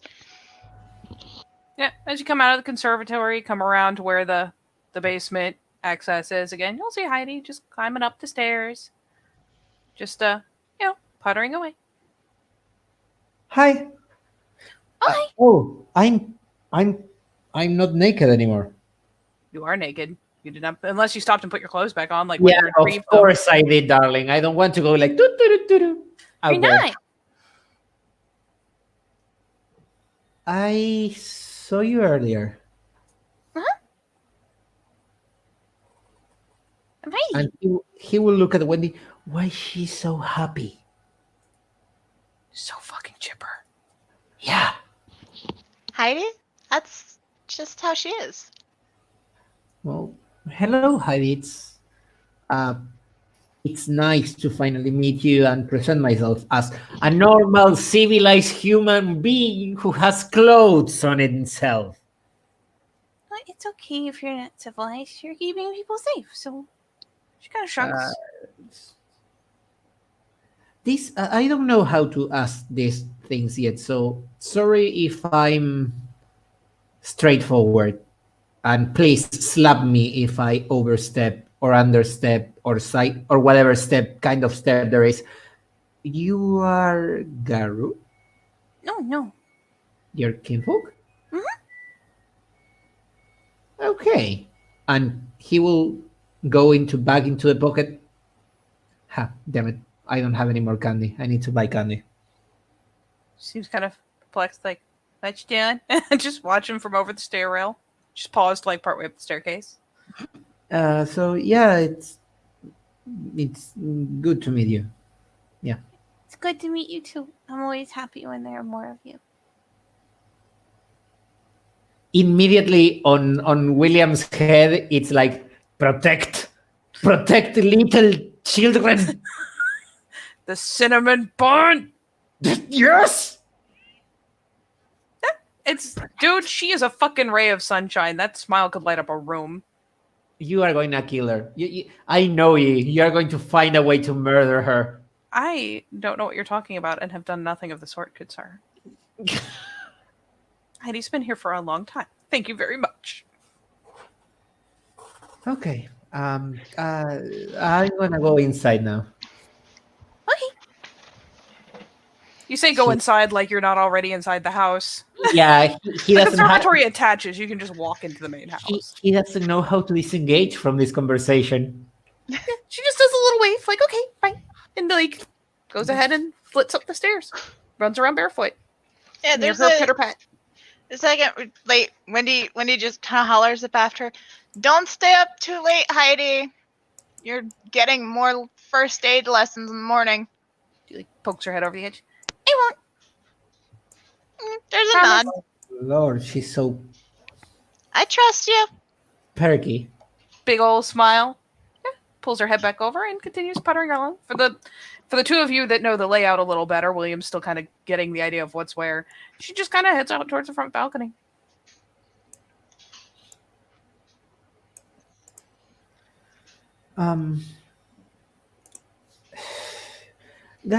So, Anton, where is your Eastern European sassy child ass? Up at the front balcony. Funny, When- it's like it's just the direction that she just went. Wendy just puts a hand on William's shoulder. Yeah, he's probably taking care of some business upstairs. Don't worry about it. That little ray of sunshine is his business?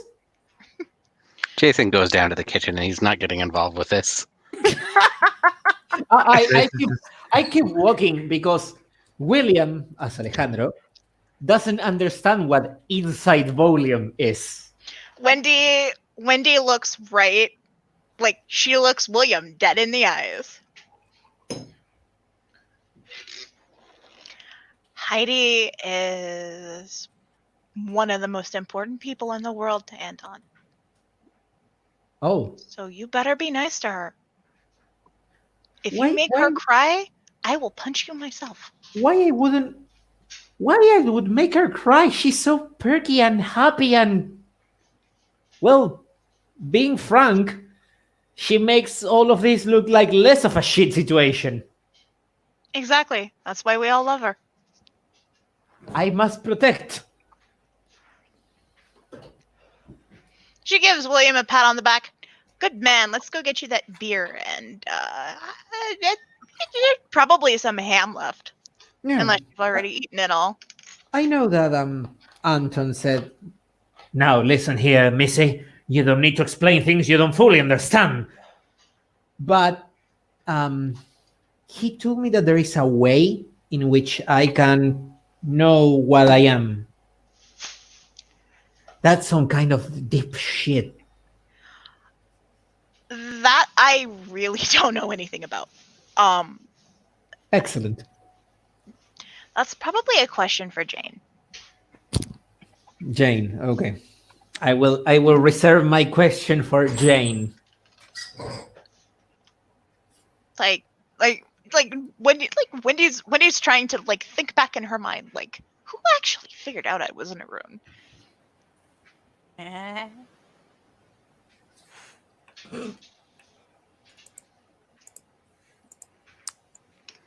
Jason comes back up with like an apple in his mouth and a, I don't know, bottle of water or something in his hand, and looks at Wendy. And you gave him the Heidi talk? I gave him the Heidi talk. Okay, all right. So this is code name as the Heidi talk. Basically, also, and you told him not to touch her, right?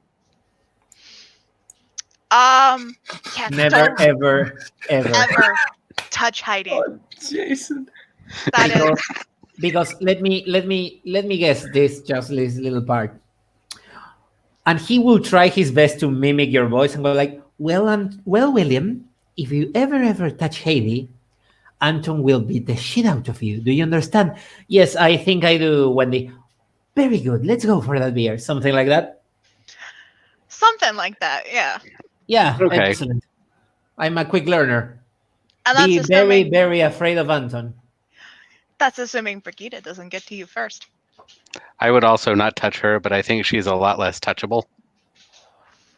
Oh yeah, that's another really important thing for you to know. Don't touch Brigitte. No.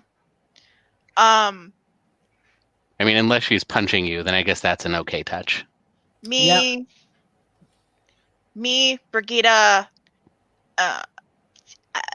any of the other werewolves here, as far as sex goes, we're off limits. And he just looks at you with a revolting look on his face. No. Lord, that's why I'm nicknaming you as Candy. You are not people. You are stuff. No, I'm serious. It's one of the laws. I'm dead serious. Don't worry about that shit. She just nods. I don't want you to go getting ideas in your head and making a mistake. that you can't Hey, unmake. I have something on the works with someone that's most effectively not a werewolf.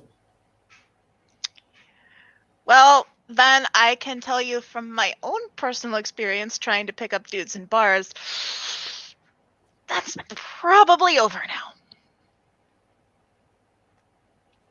But she's my friend, and I do like her. Just in the packing, what did we say about talking to him about subjects we shouldn't? Wendy. Just as cold. Do you know what I mean? He will, and you will see something very weird. He will just step in front of Wendy, like back to her, Oh front no, to you. this is the It's pack pack link. link. Oh, to the Mhm. pack link. I don't care. He's at just all. cold. What did we say about talking about subjects that could enrage him? Just this cold little, like you even feel it's like a mental from the back of the head. Do you know what I mean? Yeah, there's like, right. Sorry. The next time you do it, I'm gonna break your arm. If you make him frenzy, I'll break your fucking arm. Capiche?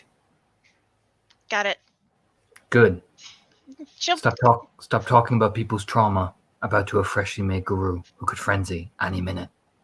she'll put her hands up in the air. Hey, maybe I'm wrong.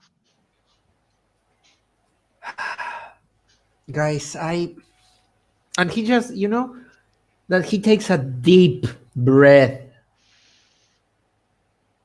I understand the situation is weird for you and for me, for everyone involved, but I'm sure that and you can see that he's really trying to scrub his brain to use the correct words that he either probably heard from Brigitte, JJ, and Anton, or a weird amalgamation of the three inside his mind. If Gaia puts us here to protect humanity, I'm sure we need to blend in with humanity.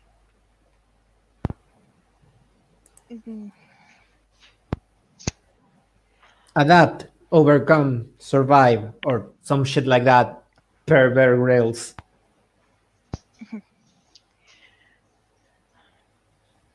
Overcome and survive, definitely, and obviously adapt to the situation. Hey, if we work with the nature, we need to adapt and change, or we will go extinct. And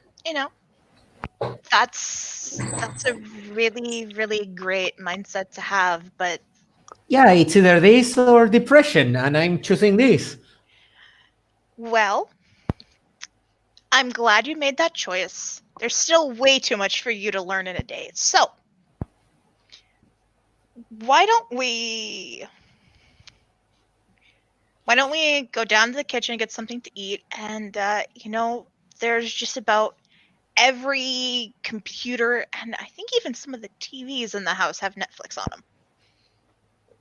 Okay, sure, yeah. You said you have a car, a car, or you have a car? Not me personally. No, I drove out here in a rental Oh, okay. because I'm a dumbass.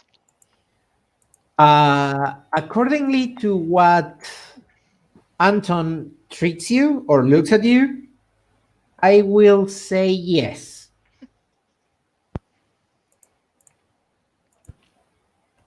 Am I right? You are very sassy. She gives him another quit pat on the back. This one a little bit more firm than the last one. Honey, I'm not even starting yet. No.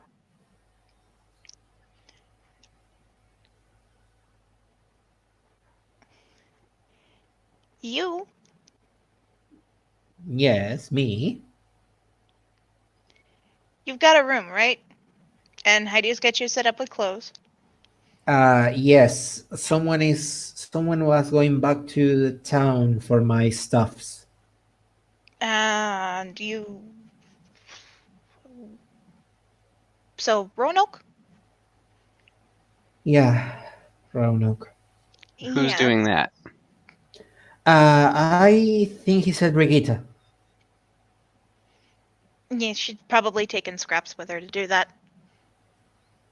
I gave them my key, the key to my apartment.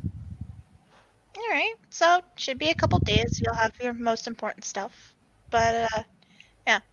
No, I don't have my own car, but the group Hopefully, of us. it's not the stuff that Scraps thinks is most important. Look, the stuff that I- Scraps thinks is most important is only going to get back here in his stomach. I will be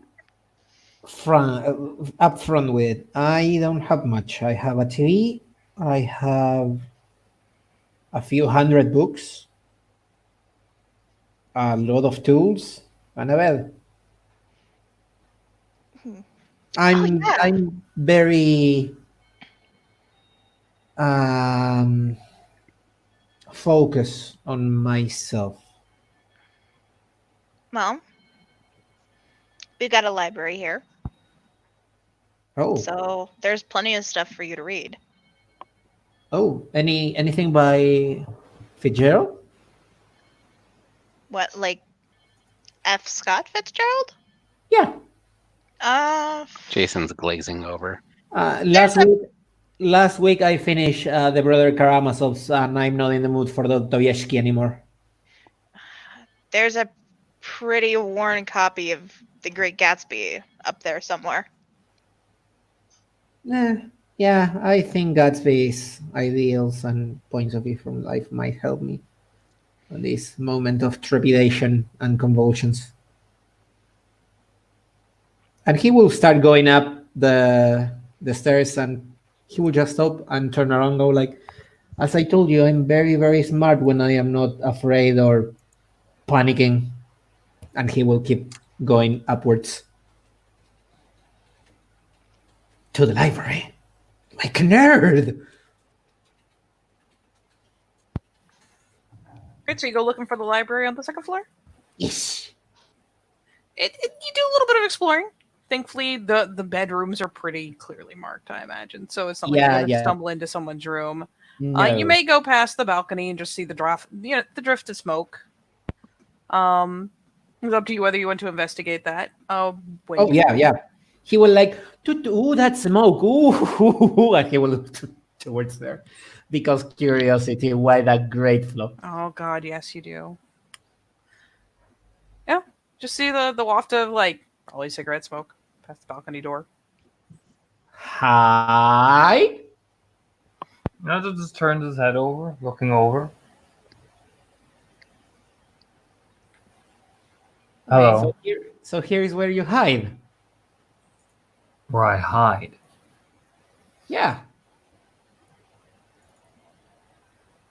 Yeah, you pop out, and for what it's worth, he's settled there, and I mean it's nothing crazy or scandalous. No, Heidi is just curled up in his lap, happy as a clam. Hi, Heidi. Does a little hand wave, little finger wave, like hello. So Anton, a quick question before I go and drown myself in the Great Gatsby. Sure. You told me that there is a way to find out what I am. I kind of need to find out what I am. The uncertainty is killing me, and you see no expression on his face. Well then, you just have to wait for Jane, won't you? God damn it. You know. Why? What she does. This will be out of line, but fuck it. Why are you so stern with Wendy? You just stand up. It just eases up like, come on, hey, let me up. Yeah, as soon as you give her the little gesture, she just climbs out of your lap like, oh. And it's your business because. You didn't say earlier we're family? And it's your business because. Well, may I speak freely, sir? No. It's Okay, your business. You haven't answered the question. It's your business because. She's a nice young woman with a lost sister, and being a dick to her isn't helping, I think. Being sir. a dick to her isn't helping, and you can sass me all you want.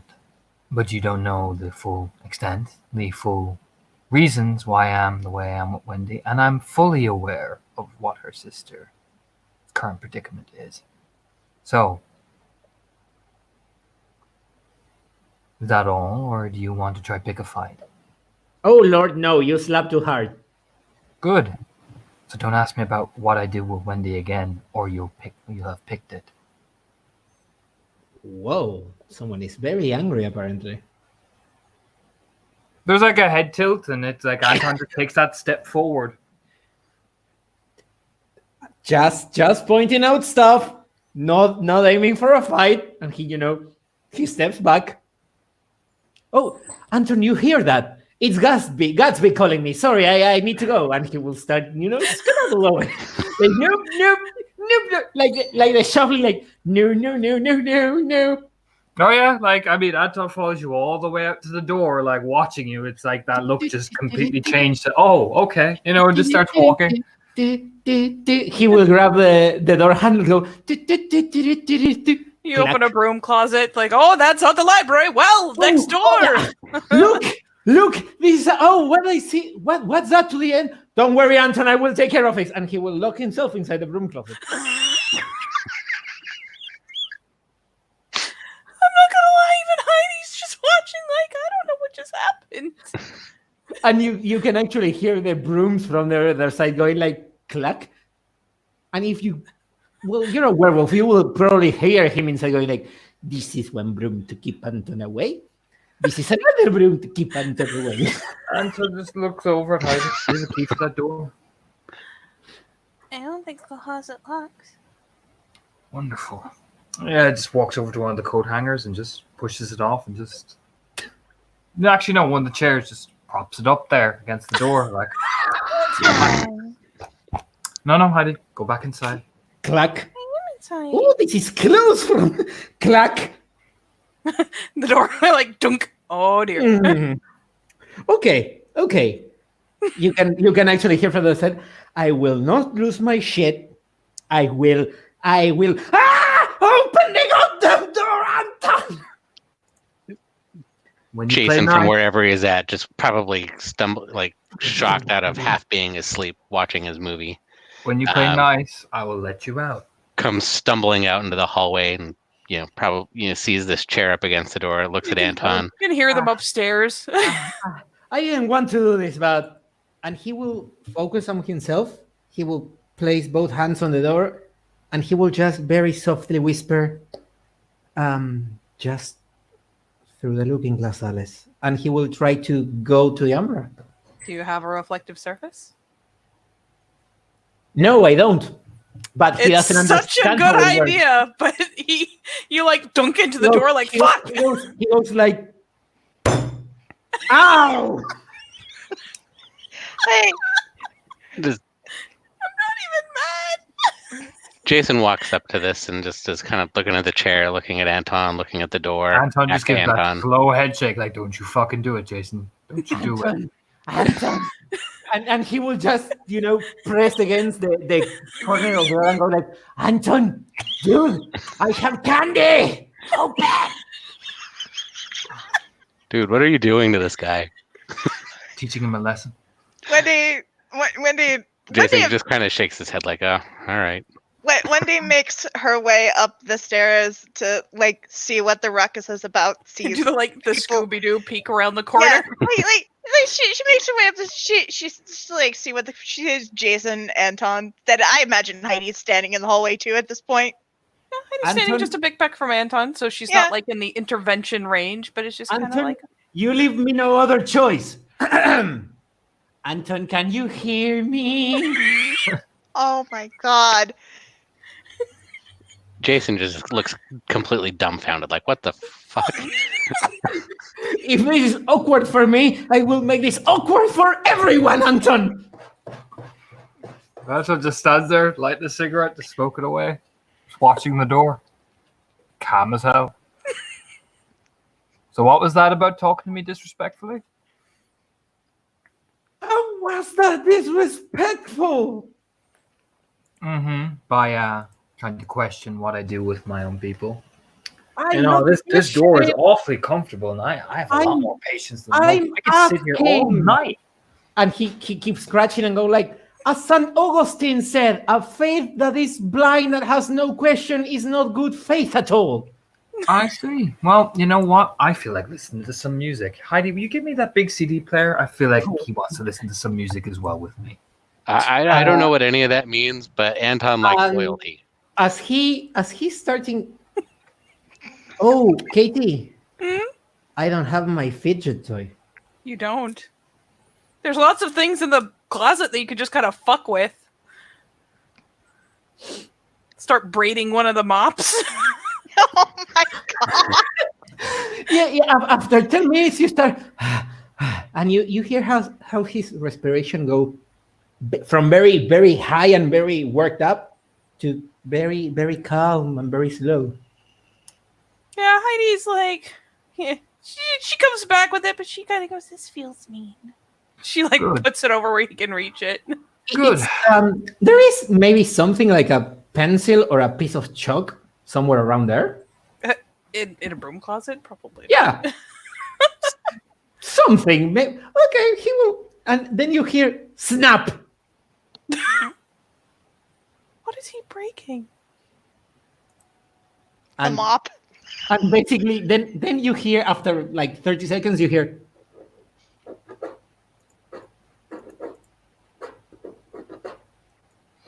So, Todd's like, I'm just gonna put this on full volume. If you want to apologize, I might let you out, but I'm not buying it. So he just turns it up at full volume, like I mean loud. I don't understand anything you're saying. I'll be back in about 2 hours. Fine, I will finish my calculations by then. And Wendy just looks at Jason. Hey, Jason, you want to go for a late night run? Jason's kind of getting his groove on with this hollaback girl. Jason in the background just jiving. Yeah, whatever. Let's go. Are you ready for fuckery? Maybe. Excellent. Remember that earlier when it was in a desperate situation, he reflexively do stuff. I do know that he has a compulsion, yes. Then Yeah. again, I assume it would be mostly him like needing to do Yes. something with his hands. And there are items Yes. in there he can fuck with, but Yes, he will break a piece of the mop, and he will try to start carving on the door. Like if I put enough effort into this, I will make it. are you trying to literally dig through the door with a broken mop handle? Yes, Have you ever tried to break like a broom or mop handle yes, in a very small space? yes. It's strength doesn't like work. 2. Struggled squealing. Fine, be like this. I will.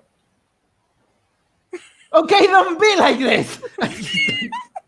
He starts, fidgeting with the broom closet handle, like.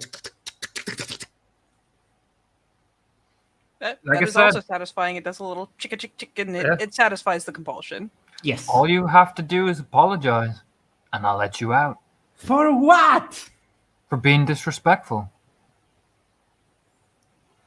Fine. I'm sorry, T. I'm sorry, you uppity children. Man, I could sit here all night. Oh shit! I'm done. Open the fucking door. Like I said, all you have to do is earnestly apologize, not sass me, and I'll let you out. One of the most ragabash shit I've ever seen or encountered in my life. Okay. Never! Okay. I will apologize. In the I'm next waiting. 5 minutes. Give me a second. I'm thinking here. Mm-hmm. Oh, I've got all the time in the world. I haven't even got beer. Fine. Okay, here, Anton. I'm listening. I'm He sorry turns down the volume a little bit. Yeah, it does, yeah. I'm listening. I'm sorry for trying to understand what's going on here and for perceivably make an offense against your status and position and the way you take decisions and choices. That's not a bad apology. It's not the worst I've seen. Smirking to himself. And will you do it again? What? The whole point of an apology is to learn from your mistakes. Fine. We will do this then. You can stay there with your fucking music. I'm going to make a Rapunzel out of this mob. I mean, if you break my broom closet, that means you'll have to apologize to me for breaking the broom closet too. You receive no answer from the inside. So either way, But you were nearly there. We're nearly there. You could just say, "And I won't do it again." But that doesn't We sit both there. know I will do it again. Well, this broom closet is quite comfy. Yeah. In the end, it's not so bad. Sit there smirking. Then you will hear snap again. He's basically breaking the heads from the mops, tying them together. You could pop them off pretty readily. Yeah. Tying them together, pressing them against one corner of the room closet, putting his head there and going like, just like New York subways. and he will try to catch eye. You're gonna try to fall asleep with music blaring in the blaring, full volume. And from time to time, he will even go, I know who love a girl. From the inside.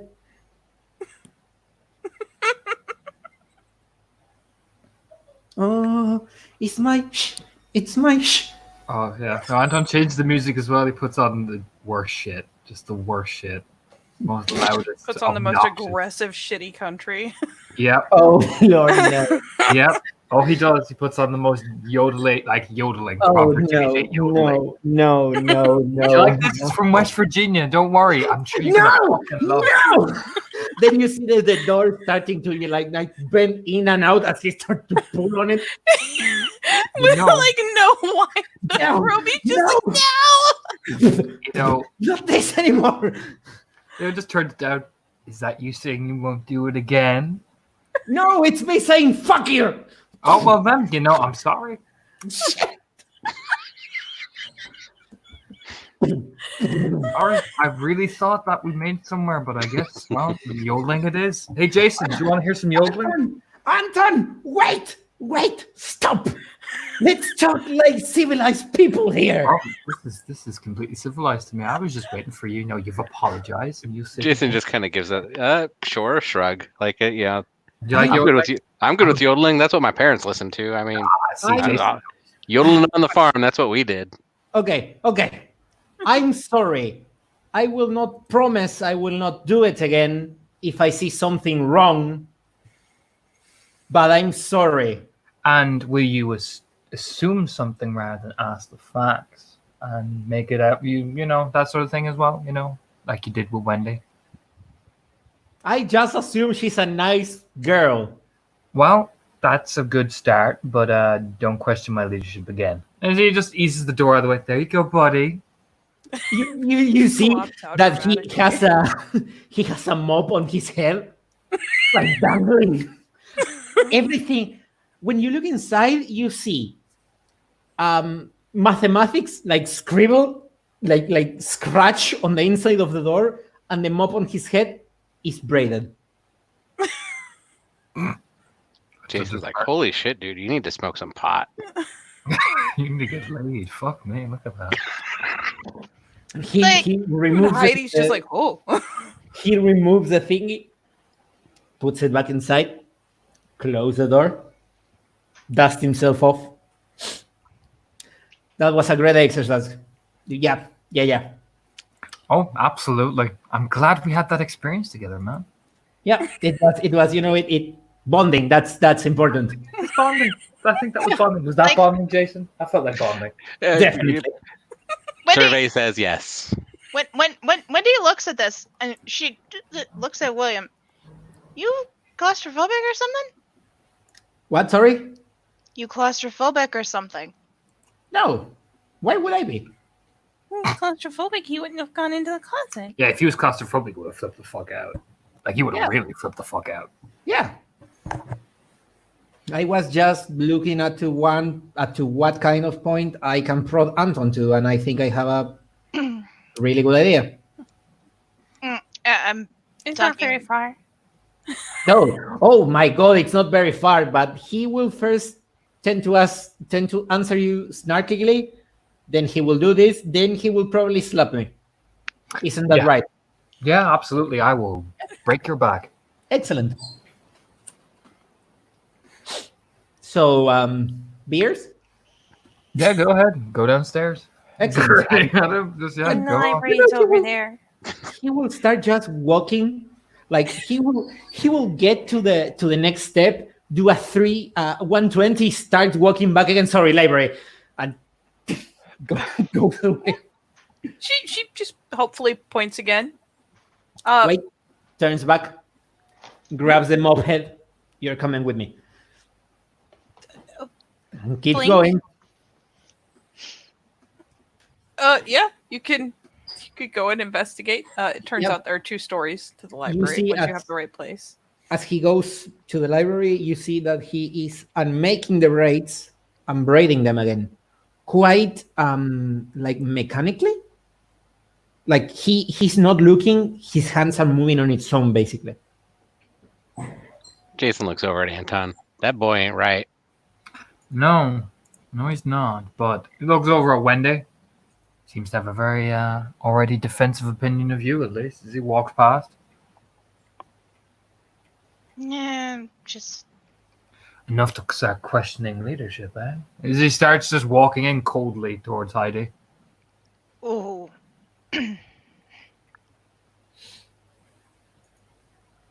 No, he just kind of expectantly watches him walk over, assuming he gets within range. Will probably reach out, to offer her hand.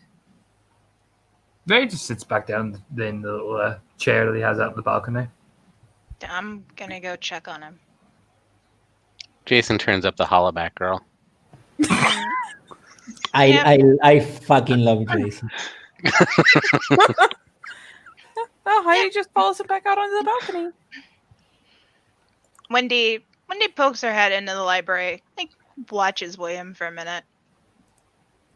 He turns, like looking up. You can see that he has. Is this an expansive library, Kate? Katie? It is not a small library to start with, and it is 2 stories. Okay, you see that he has easily like 7 books already on his hands. May I be of assistance? I'm mostly just checking to see if you're all right. Yeah, I'm fine. Why wouldn't I be?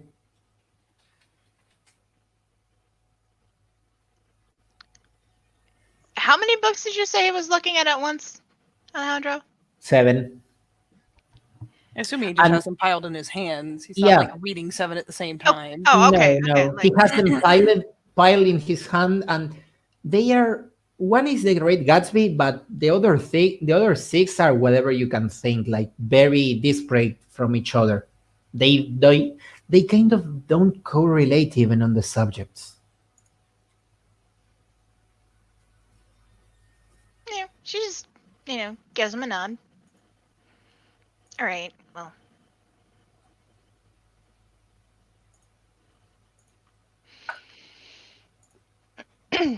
Yes.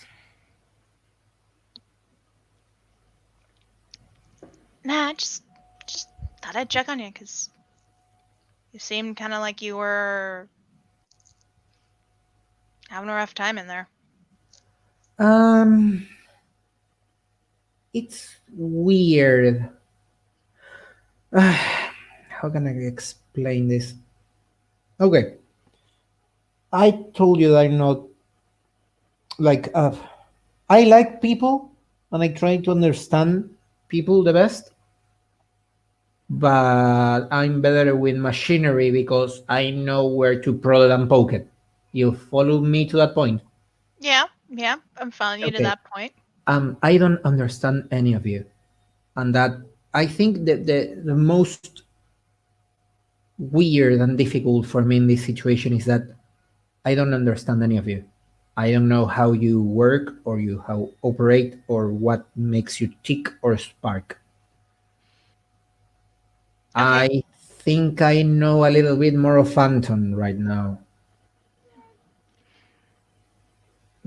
if he ever hurts me, he will say that it was for my best.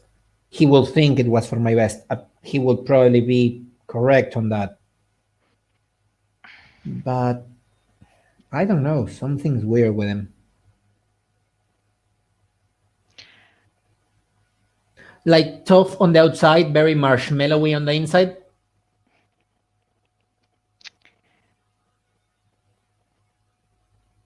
The only things you need to know about Anton. He's a boss. Yeah, He's yes. in charge. What he Yep. says goes. Yep. And at heart, Yeah. he's a good man and he'll do whatever he has to do to make sure we're all safe. Yeah, I know. Well, I think I understand. But Jason told on passing that there is something very important for Anton. That's loyalty, right? That's Okay. Yeah, I get loyalty. I don't get blind follow. no. I will follow him if he's. Well, he said someone is his beta, therefore he must be some kind of alpha or something like that per decantation. Yep. It's like he is the boss and Jane is his second in command. I will follow Anton if he saved me on JJ too. So if Anton says jump, I will say how high. But that does not mean I will not question him. I will still do it. But I want to know why I'm doing the things I'm doing. I follow, not blindly.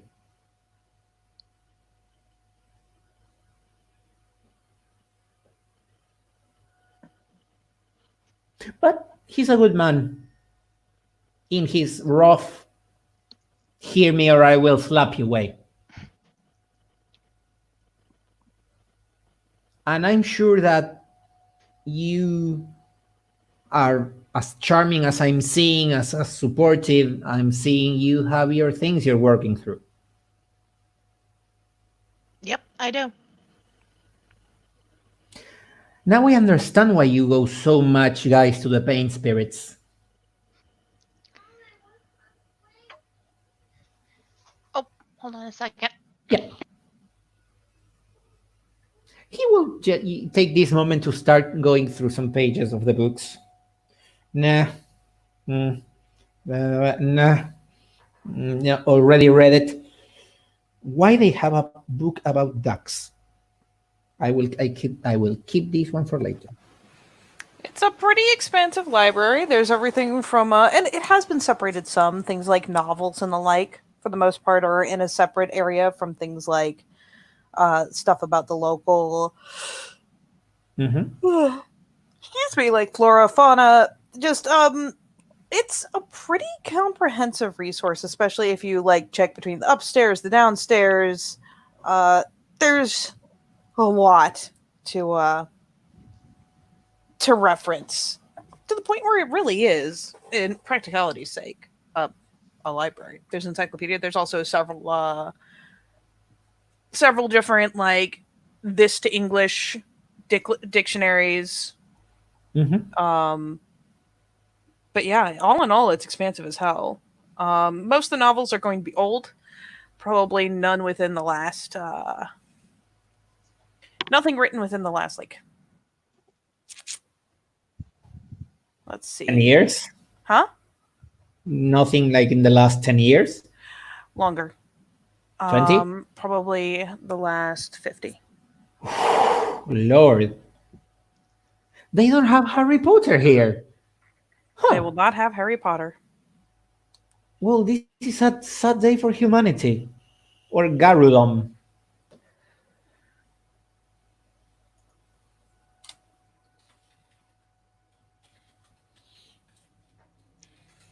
Say again?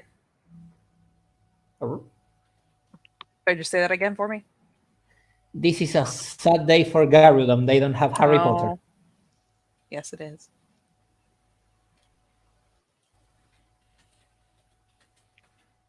What time of day is it? Evening. Like late evening or like? I'd assume at this point you're getting on to proper late evening.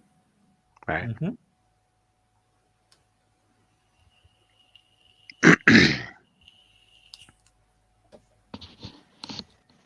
When you look at him, look, asking questions about why we're doing what we're doing, that's fine. That's great. Yeah. It's a good thing to not blindly follow orders. Yeah. But outside of that, I wouldn't question why he does what he does. Oh, no, I won't. I know best. But now, if you... Excuse me, you have a very good but very old library. And I think I will go watch the Pain Spirits. Bye. She watches him go. He hurriedly goes away. Like ejecting himself from this conversation. Yeah, she watches him go. She's watching him, like, how does he look when he's leaving? Is it like a I need to be away from here? Run? No.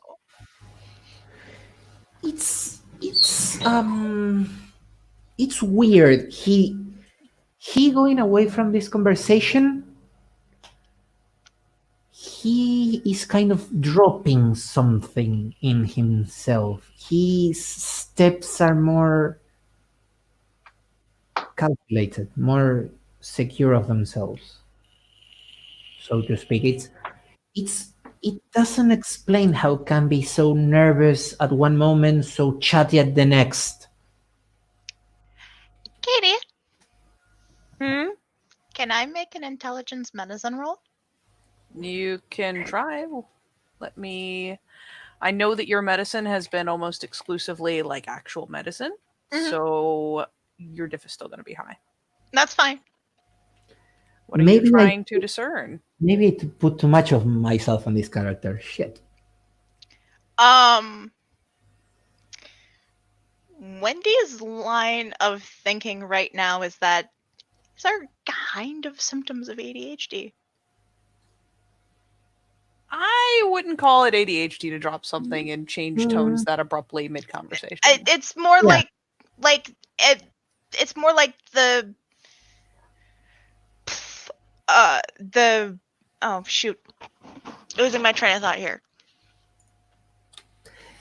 I think I know where you're going, but no. Yeah.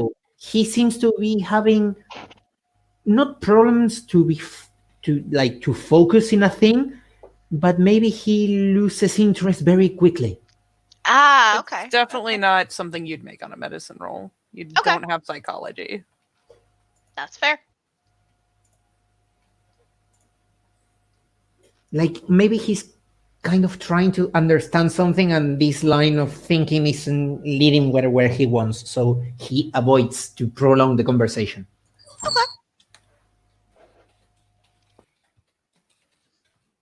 And he whooshes like the wind. Whooshies. Noted.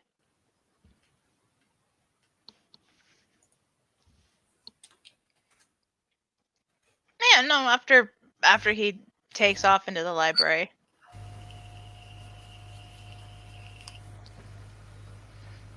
She'll head back.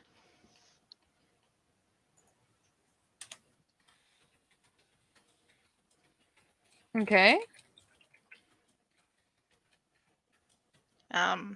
She's gonna Jason's still out in the hallway dancing. I mean, after his song was done, he probably went back down to whatever common area has a TV in it and is watching his war movie. Yeah, she'll head follow the sounds of the TV, head back downstairs when she sees Jason there. She'll sit down on the couch next to him. You good? Just hey, just make sure you set a good example for the new guy, all right? I mean, come on, it's me. I know.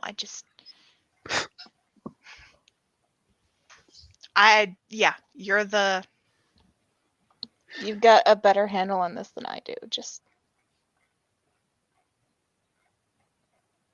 really make sure you set a good example for him, okay? Yeah, I'll do what I can. I mean, I'm still learning shit and whatever, but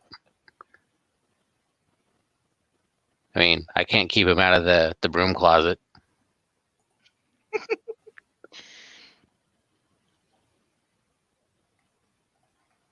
But I'll do what I can.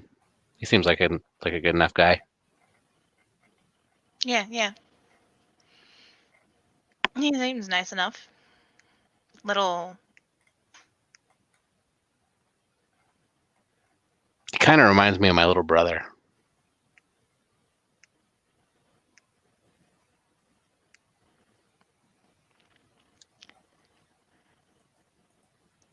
Yeah, I'm starting to see.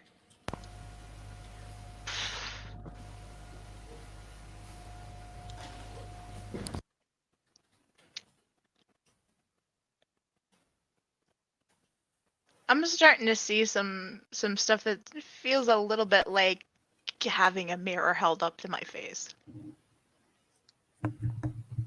What? So you can get to the Umbra?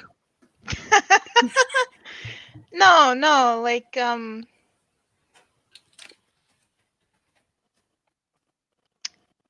highlighting some of the not so great traits I've got. Okay. Out of character. Jason has no fucking idea how to have like a feels conversation, but he's gonna give it a go. All right. Well, I mean, I don't know exactly what that looks like, but I mean, if you see something there that's in you that you don't really like, it seems like an easy decision to make. Yeah, I gotta change and grow beyond it. So what are you gonna do about that? Well, I mean, I'm gonna have to stop back talking Anton and pushing his buttons. Seems like a good starting point.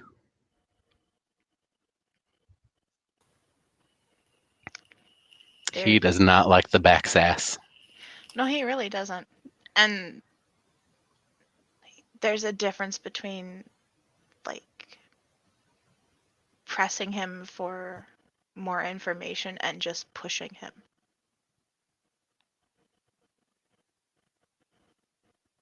You know, like the other night when I asked which one of the spirals we were going after, and he said it didn't matter. I didn't need to know. I just needed to be there.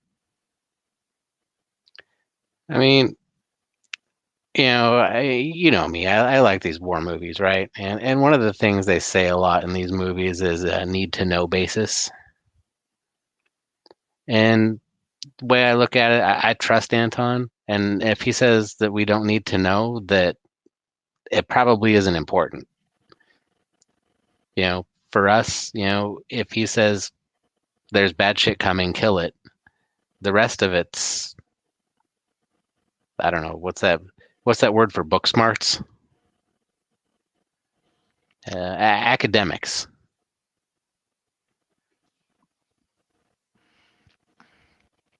That's how I look at it. Yeah, there's that. On the other hand, if we were, I don't know, there's a part of me that likes to know what I'm going up against. And Sure. I need to teach that part to be quiet and just. I don't think it's that you need to teach it to be quiet. I think it's that you need to teach it that you're in charge of it.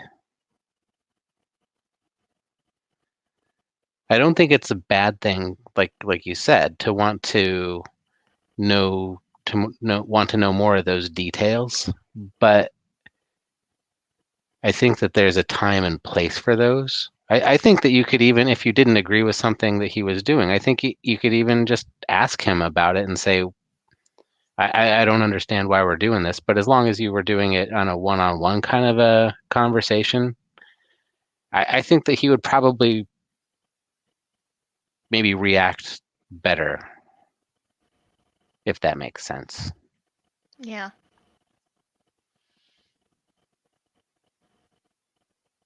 But, again, war movies, and I don't know how much of that actually relates to any of this, but, asking why we're doing something right before the battle is kind of the wrong time.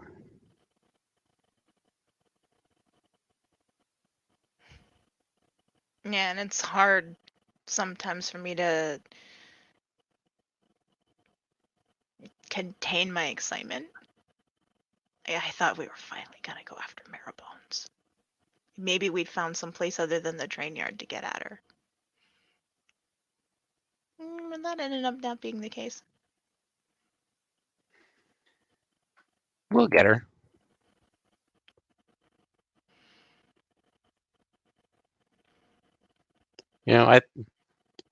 I think that they've got a pack. You all are in a pack, and I think that it's probably smart getting them one at a time. And I don't know any of them. I know that they're nasty, and as long as one of them gets taken out, I call it a win. No, we know we got their Theurge and whatever the other one was. That fucker got aerated. It kind of doesn't matter at the end of the day, the way we just pumped him full of holes. It doesn't matter.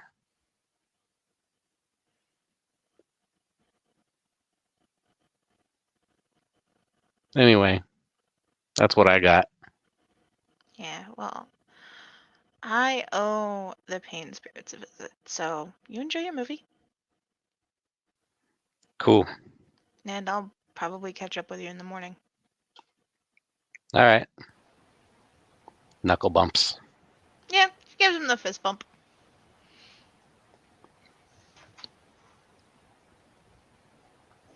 Wendy is gonna go down to the basement. All right. I don't have 5 minutes alone in this goddamn house. It's okay. Pain spirits attend to you both separately. They will literally take Wendy by the hands and drag her to a different section of the basement. They can understand the idea that, especially as someone's coping through shit, they need privacy, and Wendy can understand them. So, yeah, she will get just driven to either go to a different area or whatever have you. Yeah, no, she's just like, I mean, there's storage space down here, right? Yeah. Yeah, probably like a pantry or something. Yeah, you can just go over there. Yeah, There's she'll plenty of probably basement for both of you. just just kind of head on over to the pantry. All right, I'll get you two in a moment. Alrighty. Go ahead, Anton. I'm gonna sneak up beside old Jason, just plump down on the sofa. What's up, dude? Hey, buddy. So, been thinking, seeing the way you've been talking to people, hearing the way you've been talking to people. Was that too loud? No, I'm creepy.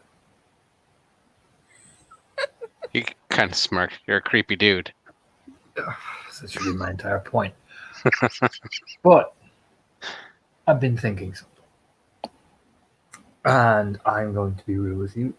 You deserve to be in the link, in the pack. More so than some other people. So come on.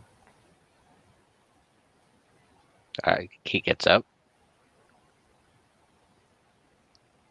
I don't really know what any of this means. All right, kid. He puts his arm around you, like over your shoulder. What you just talked about is the fundamental point of our pack. We can talk to each other and give our opinion. We can do all these things, but we also trust each other to sometimes say, we're going to be doing this. I need you to trust me. Loyalty. Sometimes information is going to get past you when it gets past you. Sometimes you're not ready to receive that information. But it's all trusting each other to survive. What you just showed there and what you've been doing is the perfect display of loyalty. You're not blind. You have faith. There's a difference. Kind of doing that, not full on nod, but kind of like, okay. And I think, and Jane will agree with me, you've come the furthest out of, you and Wendy in respecting it and taking that and applying that to yourself. So, while you're not a tribe yet, I want you in on the link so you can be connected to me, Bill, Jane, JJ. Wendy's in there, but she is on a temporary trial basis. By that's my authority because of some of the shit she's pulled. All right. So I'm going to call Crow. And if you're not ready, Jason, you don't take it. And I'll respect you more for not being able to admit to yourself that you're not ready. But if you are ready, if you want to step up to the big leagues with us, I think you're ready. I mean, I think based on what you just said, if, what I had talked about with Wendy, if that's what the loyalty means and it's not just blindly following. No. And if it was blindly following, none of us would have made it by now. yeah, I'm not a dictator. I get it. It's it's war movies. It's captain of the football team stuff. It's someone's in charge of you, and ultimately they're going to be responsible for you, and that job has to get done first, and then you can sort the details out later. I get it. Yeah, exactly. Sometimes you just not gonna say it. So we're gonna go probably talk to Jane. She's gonna agree. She thinks she got Moxie. And we're gonna go talk to Crow together. Cool. So, now that Jane suddenly arrives, like, oh shit. He will walk along probably to the graveyard.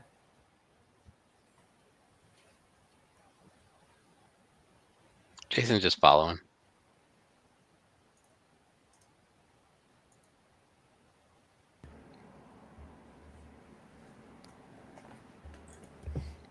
And well then, because there's an awkward silence now. Through the dirt road, I believe, which is leading up to the manor house, you see, like, in the distance, the kick up of dust. Of clearly a vehicle is on its way down, and you can hear it before you see it. The loud roar of Jane's motorbike as she's clearly driving, but coming back from wherever she's been out to. She rides straight up to the house and pretty much next to where Anton's car is. Just hops off the bike, doesn't stop it, leaves it running, and it's kind of this weird thing is where she she doesn't have a helmet on, she doesn't have the gloves, she doesn't really have any protective gear on other than the leather jacket that she just kind of always wears anyway. She hops off and kind of when she starts going up the steps, it just turns itself off.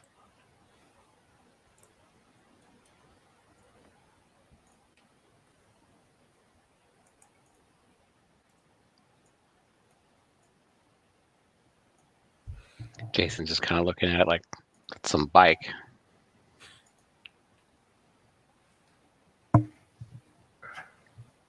Yeah, just let out that whistle over at Jade.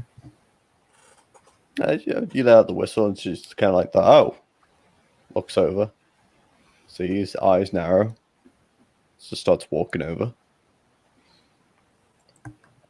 New kids in the library. He's a bit of a little shit, but he's nothing you can't handle. Causing problems already. Oh, he tried to be a big dog. Don't worry about it. It's nothing I couldn't handle. I mean, if you want to go put him in line, I don't give a shit. I don't know. Just want to. We'll see. But that's not why I'm here. He's ready.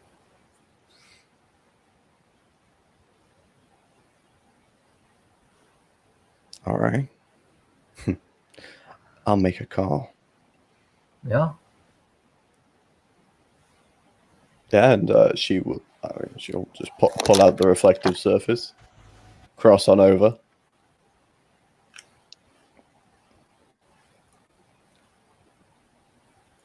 And of Yeah, course, fuck it. when I'm dragging you with me. Yeah. We'll bring little Matt, Jason. Sadly, Jason will have to, for the sake of effect, would be making his own roll, but I'm not making a roll at the house. It's fucking easy.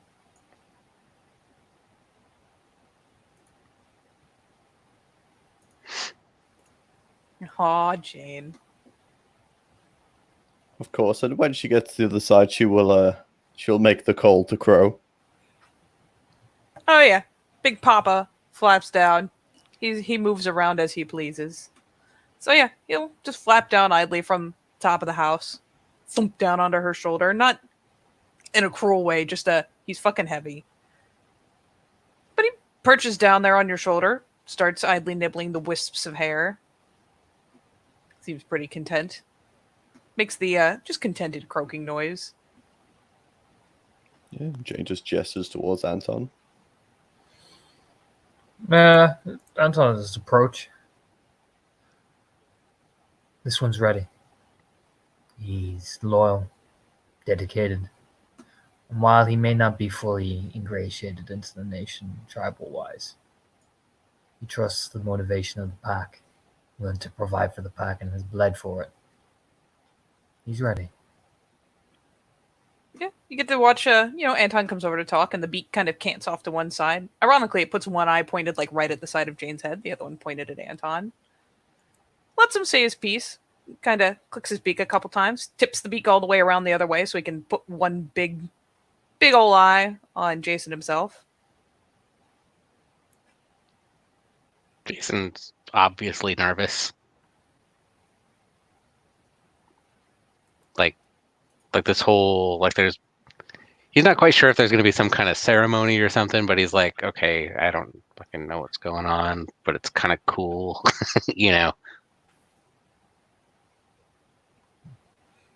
I mean, gets, And the Crow beak back freaks me inside. out a lot.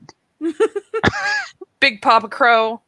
Oh, Big Papa Crow finally starts talking, and it's all in this kind of deep croak.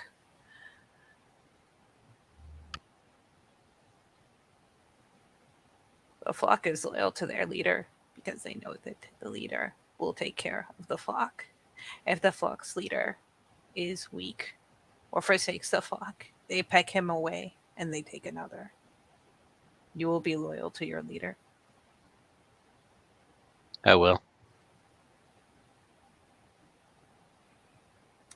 I mean, considering the conversation that just happened, Anton's vouching. Kind of finally gives a bit of a hop over. Has to maybe do one lazy half flap to collide with Jason's shoulder. Turns himself about. As long as you are loyal. As long as you trust the leader of your flock. Or vow to turn against the leader and drive him out if he is truly, truly against the flock. You will have my blessing. He turns around and kind of it's a little dink of it's not the peck you expected. That beak is massive. That shit could hurt. But he turns around and kind of dinks against one of the little icy bits on your brow. Just enough to make a tinking noise. And it is a weird kind of telescoping sensation as you bloom out into the link. It's access to thoughts and feelings that aren't yours, access to thoughts and feelings that are kind of mutually shared, that not overwhelm, but give you just that much better an understanding of the people that you're connected to. There are times that you will be able to, I mean, you can straight speak through it, and honestly, at least initially, you might kind of throttle a little wonky if you want to have things leak in or not. But it's one of those things where you can kind of boost your ability to express to everyone else by adding feeling to the words. Things like that. So there will probably be, at least initially, a sense of, probably first and foremost, since Crow's right there on your shoulder, just contentedness, a sense of acceptance. Yeah, But- so he's probably, under the weight of Crow on his shoulder, like, oh, and with the fact that he just got the little ice tink on there, and now that he's got all this stuff flooding in, and basically acts like, or feels like he's, seeing music or whatever. He's probably takes a little bit of a step back and stabilizes himself and like, Your senses do sharpen a lot. You get several points of alertness for being in a pack with Crow as your totem. So it's like, so things become a lot sharper too. Like your vision gets better in the dark, your hearing gets a little sharper. Everything gets kind of turned up one notch. Again, not utterly overwhelming, just, oh, that happened. yeah. So, taking a second to adjust to it. And he looks at Crow and says, thank you.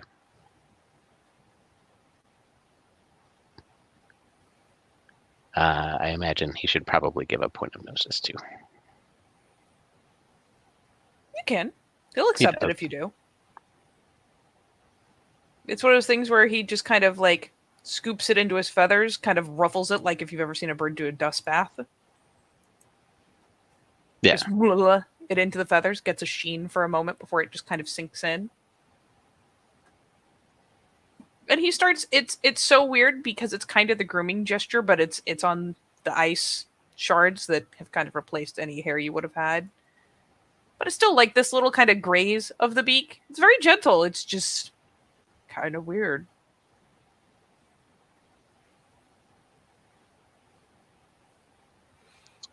Yep.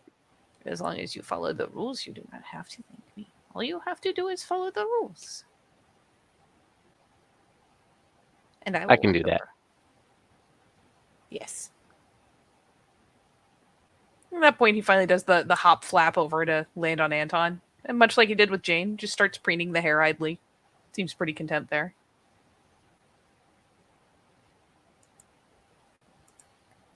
Anton just nods. All right. Welcome to the pack. Nods and yeah, thanks. This is pretty cool. You can tell that he's getting used to his new eyeballs. Yeah, I imagine he'll have a certain amount of, again, it's not like your entire brain just bleeds out into the link, but overall sensations, just if you're excited about it, if you're happy about it, if you're kind of bemused, like that little extra is there intangible. Yeah, so he would be excited about it and also just kind of in awe of it. Having obviously never experienced anything like this before.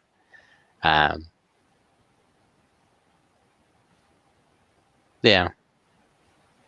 And probably a lot less feeling like an outsider who's just sort of hanging out there is a feeling too. He just pats his shoulder. You earned it, big man.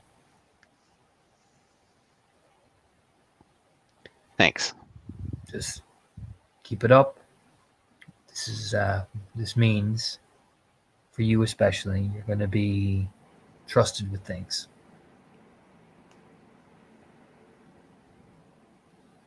We're going to put some more responsibility on you. It means you're going to carry more responsibility. You're going to have to make tough calls for the pack, for this place, even more so than you did before. Grabs back of Jane.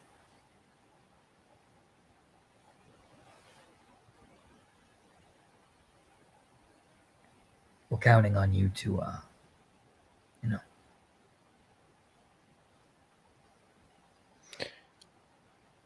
It's not just carrying your own weight anymore. It's picking up the slack that other people drop.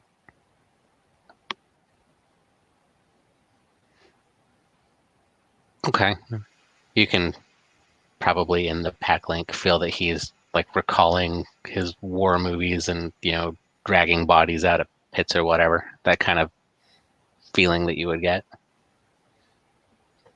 But for now, get yourself some of the good beer at the back of the fridge. You deserve them, man. Cool. And totally rub it in Bill's face. Smirking. Definitely. Yeah. Out of character. That was rub it in Wendy's face or the new guy's face? Bill. No, Bill. Oh, Bill. Bill. Give Okay. Bill a hard time. This is gonna get weird. Bill. No, just totally, just be like, hey, Bill, we're pack mates. Totally. Just, that's all Anton wants is just Jason to fucking be like, hey, Bill. What you doing? Just Zombie being super cool and drinking the good beer. Just absolutely rub it in Bill's face. Yeah, I can do that. All right. Just come on. Let's go back inside and actually fucking enjoy ourselves for a change. Your one spooky boy will update the status on where William is, and that he is not only downstairs but in the Umbra, being groomed by pain spirits. Yep.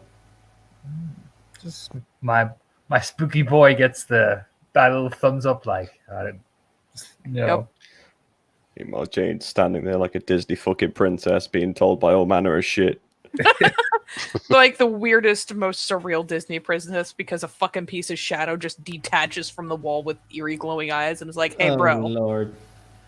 But yeah, as far as William, you'll find that at least when you're actually engaging them, you can understand them all right. You can get an impression of their intentions. And dude, this is a lot like talking to a therapist. Oh, which Lord, for yes. you translates pretty well. Yep. And I mean, it's them. They seem utterly content to listen to anything you need to say or to help you work it out, because the whole point is to use your pain to recognize where you have a problem and fix it. He's basically bitching with the pain spirits of like, and then he told me, you need to wait to change. He will answer stuff, and then he won't answer stuff for me. Well, but probably he doesn't need to answer. Don't rationalize to me, pain spirit. Don't rationalize to me, even though I said it myself, because you're nudging. Ugh. Basically, yes. So if Jane does want to check on the new guy, he's down there having a good Yeah. session with the pain spirits. At the very least, he has a therapist who is one of the only people he's attached to, so this should actually work out pretty well for him. Yeah. Oh no, she ain't gonna sort that. He's chilling with the pain spirits. That's all right. And he will just look at the pain spirits, and then probably this Jane will just, pop out of the nothingness, touch me on the shoulder, and go like, "Hello, new face," and I will shit myself. Oh no. God damn it! I'll put it this way.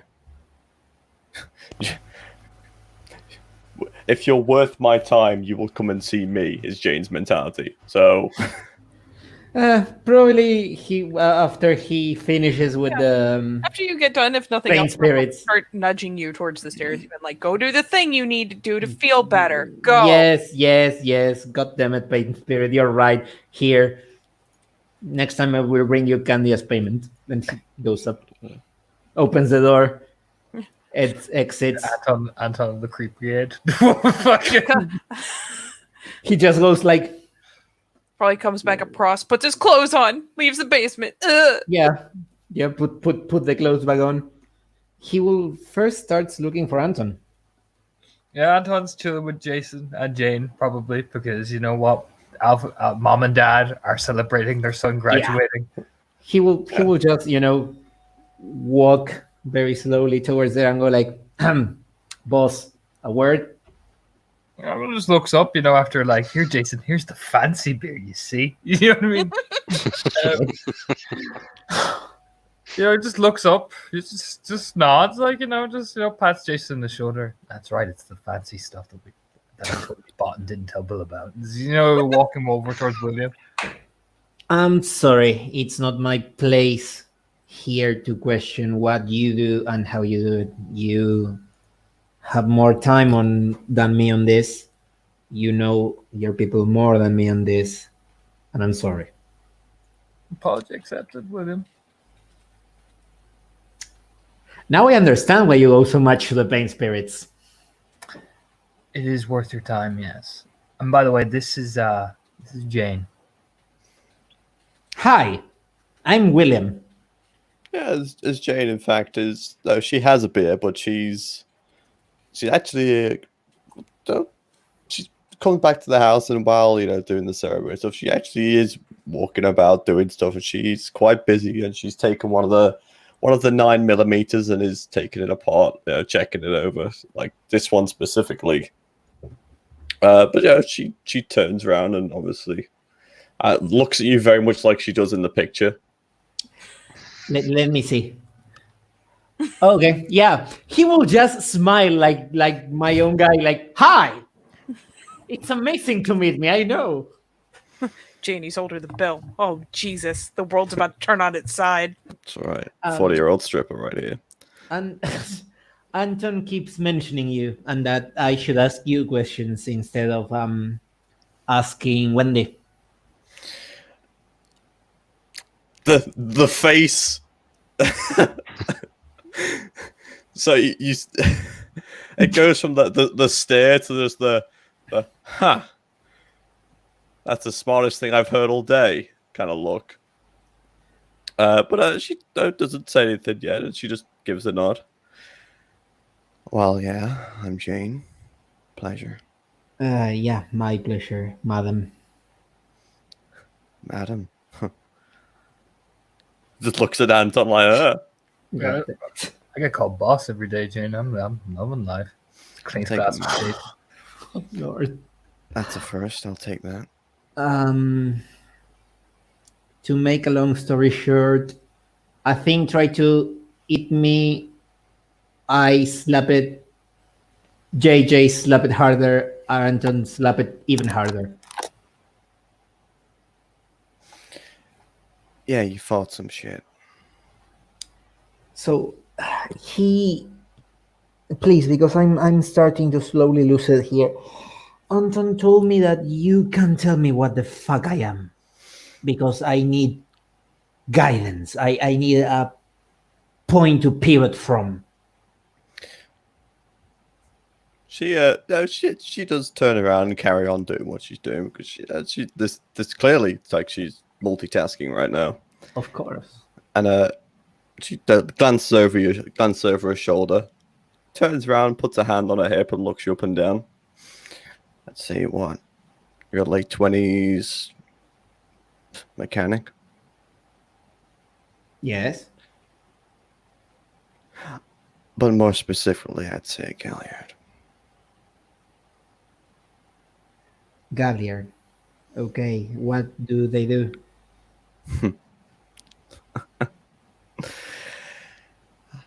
So they are, how to put this in a simple way, they're storytellers as such. Ones that are used to pass on knowledge between different aspects of us effectively. They are a strong support in battle and all that kind of stuff. Mm-hmm. And generally they pack a punch. Okay, I can most surely do the first and second one. On the third, You'll learn. yeah, Brigitta's going to have a lot of work with me. Lord, my ankles are killing me. So Galliard, I need to learn shit. I need to learn stuff. That's one way of pulling it. Fine, I can do it. Anything more that I should know? Oh, there's a lot more you should know. I'm all ears. Well, I don't know how much Anton or everybody else has told you. So Basically, bullet points. And he kind of looks, this is especially for Anton to understand this part probably. He looks to the right and down with his eyes and kind of go on a blank stare, so to speak, and starts going like, okay, there exists four kind of quote unquote jobs: Galliard, Ragabash,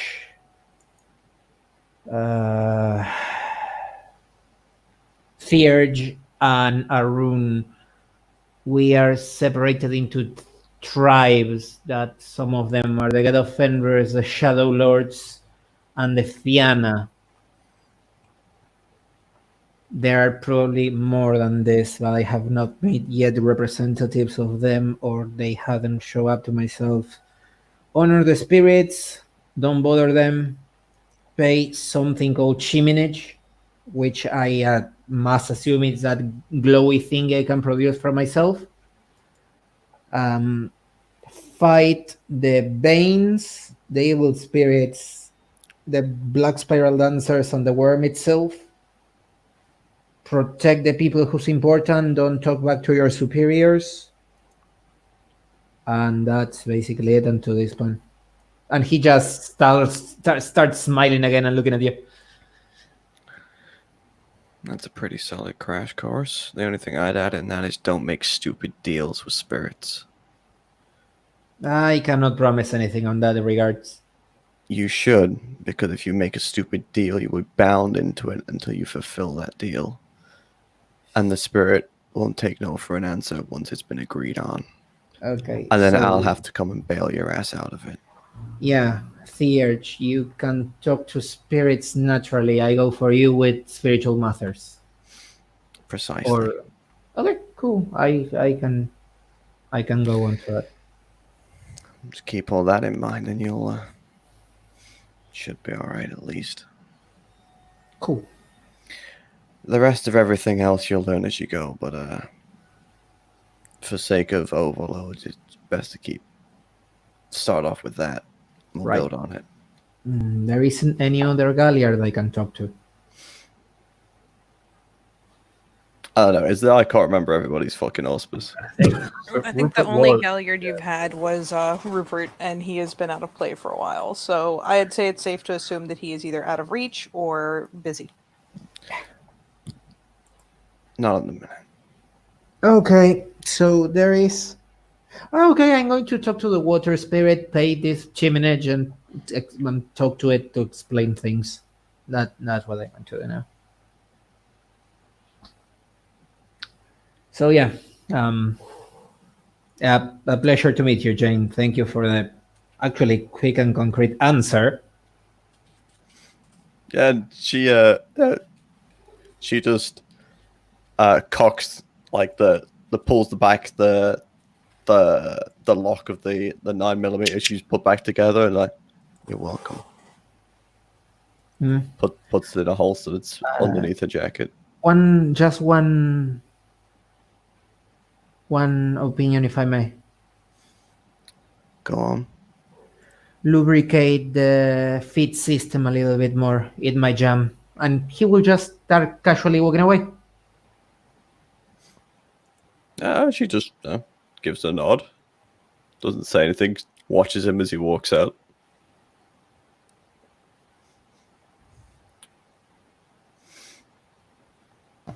And I'm going to assume that William is in fact going to go into the conservatory and overnight lesson with the spirit on the details of how to Galliard. Oh, he's gonna Galliard as much as he can with the spirit. I will basically say, as far as base lessons go, anything you go to the fountain for, if you have access to the Shadowlord book, look up how they train a Galliard, because the spirit has learned from watching Shadowlord's lessons. Oh, I'm going to have such a rough upbringing. It's not necessarily rough. It's just a tweaked perspective from that tribal viewpoint. You'll get Yeah. essentially all the basics, but it'll have the Shadowlord tone to it. Yeah. Oh, I'm gonna be a yes. Thank you. And that's it for me. All right. Anyone else want to get up to some antics?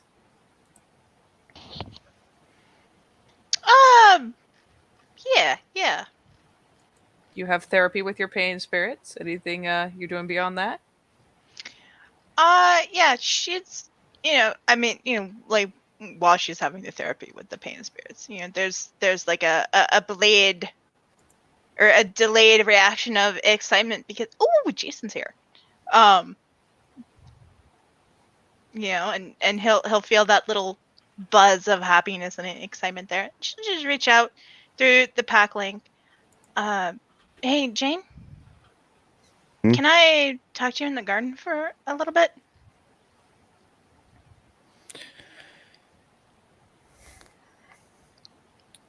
I have spirit questions.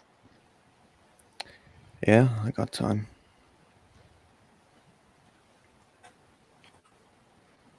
Yep.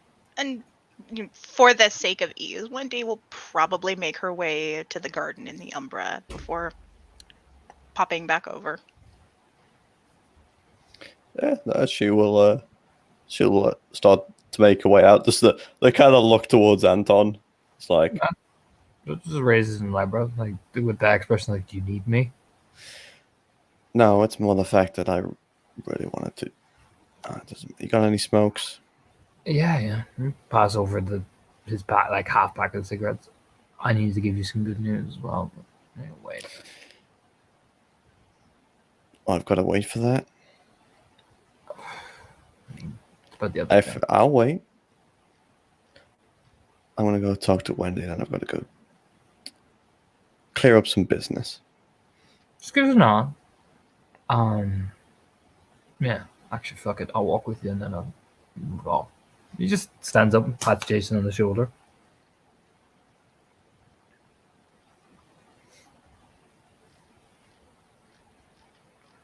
Before you get to Wendy, I thought I'd give some good news on that interrogation I did. Yeah, she starts walking with him. Cracked it. Oh, Yeah. She started calling herself Annabelle.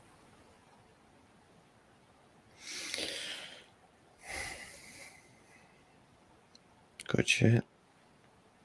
No, No? I had to do it to get it, but it's good, but you know what I'm saying. It's a step. Yeah, it's a big step. But told me what they made her do, and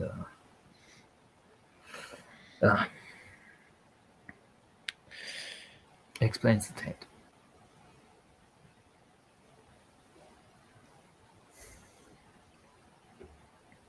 She nods.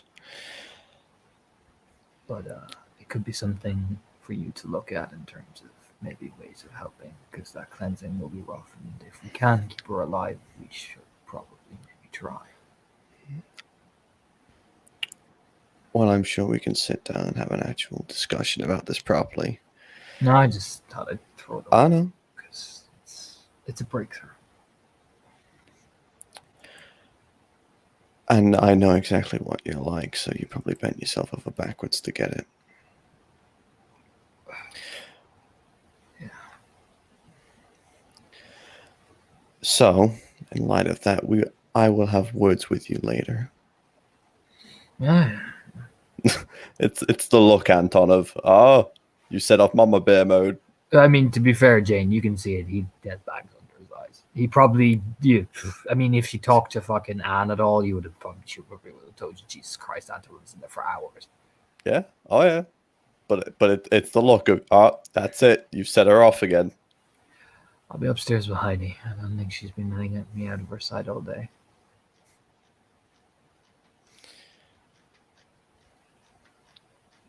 Good.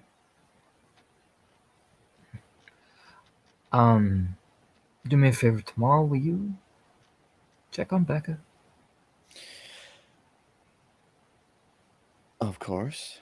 No, just like, make sure she's alright. I think she's a bit annoyed at herself for getting jumped so easily. I am overdue time with Becca anyway. Just yeah, gives Jane the pat and just starts walking back inside. And I've got something you might like as well. Extra security. Yeah, what's that? I've got an idea. Okay.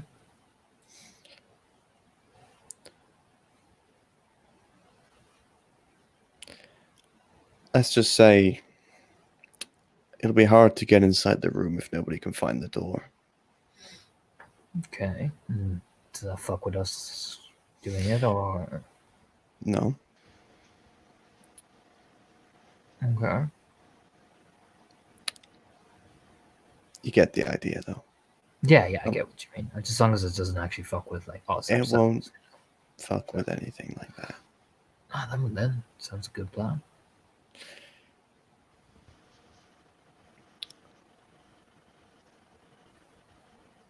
Yeah, and she smiles. Oh my Here you god, are. she smiles. Yeah, Anton's like, oh Jesus, Jane. I'll tell you what. We'll sit down and we'll work it out fully, and you can explain to me fully. I'm not going to do things straight away. It's an idea. Well, it sounds like a good idea, but I'd much rather actually sit down with you and walk me through the whole thing. If that's okay. Gives her like a smile, like, huh? And what do I get out of it? I get to spend time with me. Oh, do I? Yeah, since you're so busy. You know, we got Wendy to talk to. Mom.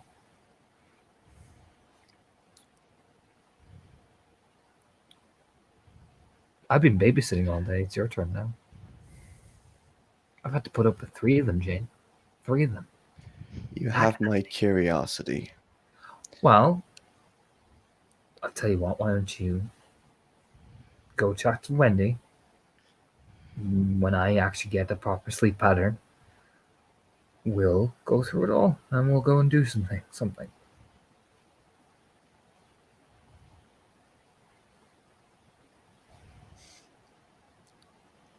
Deal. Just nods, like She just turns on her heel and starts walking. smirking after, shaking his head like, man, it's always he's just grumbling like, it's a fucking deal. It's never sure. I thought that'd be great. He's just grumbling as he's walking along. It's almost as if the spirit heritage has an influence on her freaky deakiness. Yeah, then she starts making her way towards the garden. Well, I imagine Wendy is already waiting for her. Yep. As Yeah, she was sidetracked. She's pacing a little nervously. Almost. Like Yeah. when she sees you, she stops. Like she does the oh, there you are. She stops. She comes walking in. She's got a cigarette hanging out the side of her mouth.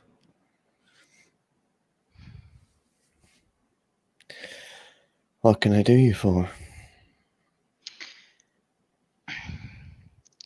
Is there a way we could bind a spirit into a bullet or knife or something? So that when it kills someone, they don't feel any pain.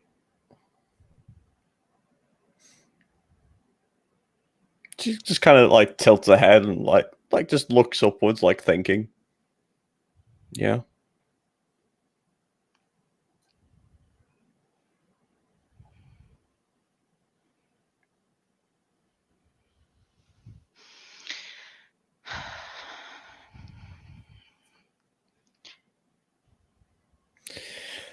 That's probably not the easiest of things, considering the spirit's associated with such things, but I'm sure I could think of something.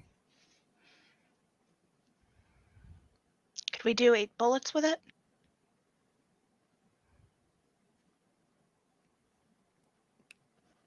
Was that 8 bullets? Yeah, 8. 1 for each of us.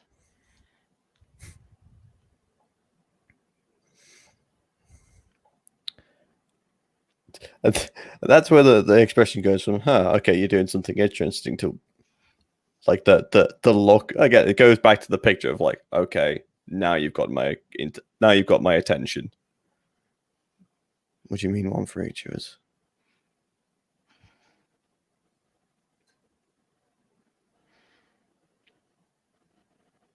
Yeah, there's a Wendy reaches into her jacket and grabs a cigarette because fuck.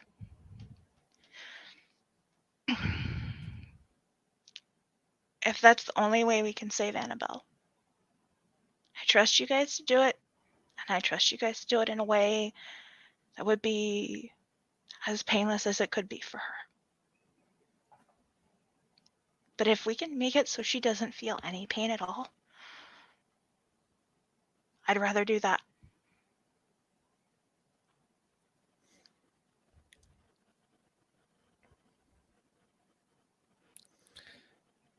She nods, and it's kind of like the realization of, okay.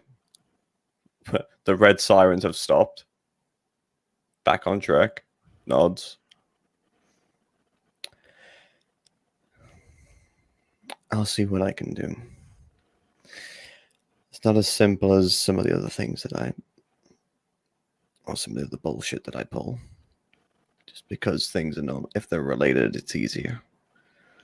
Generally, things related with that aren't related with bullets. But I'm sure I can make something work. Would it be easier with a knife?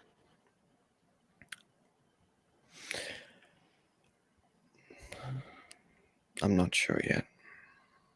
I mean, like for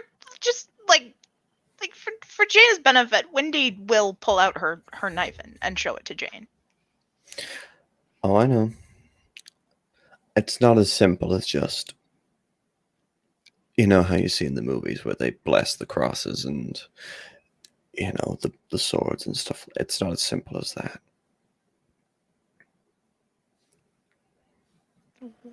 It's finding something that's compatible and then making it work. And these general ideals together are incompatible, but it's not that it can't work. It's just figuring out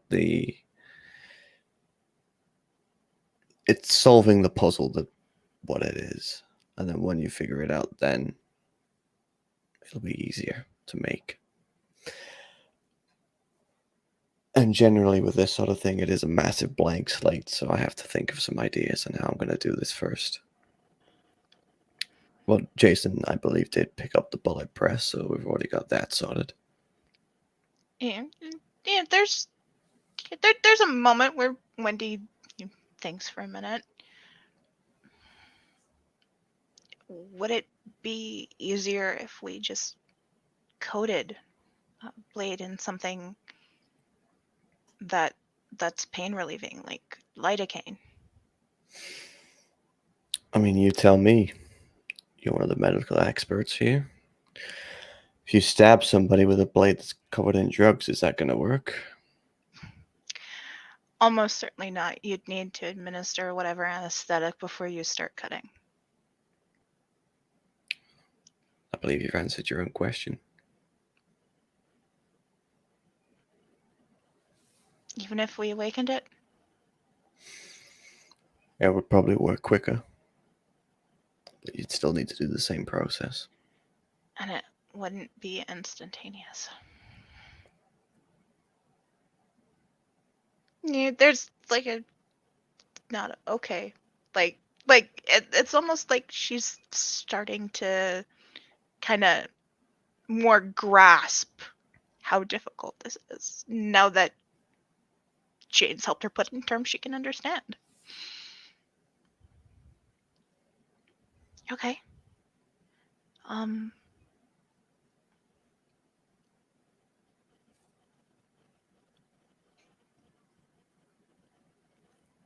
What can I do to help?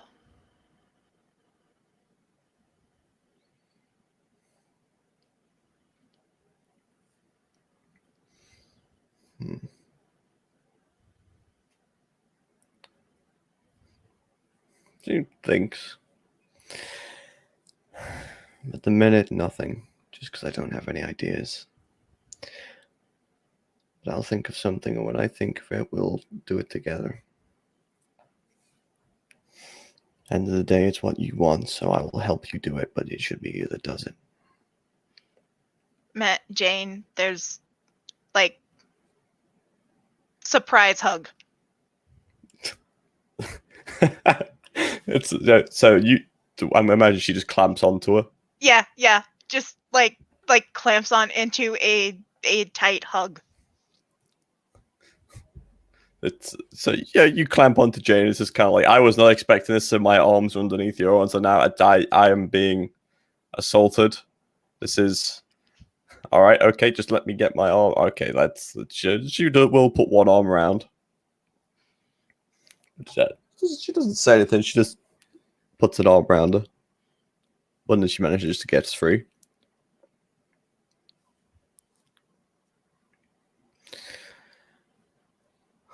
I already have some ideas, but I need to look into it properly. Okay.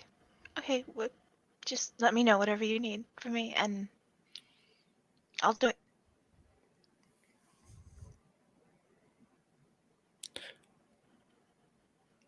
I'll let you know.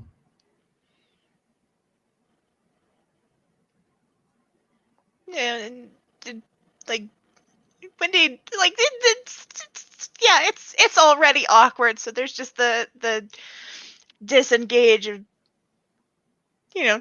just like go with the arms, take a step back, kind of, straighten out her hair. Like, oh yeah, oh that totally didn't just happen.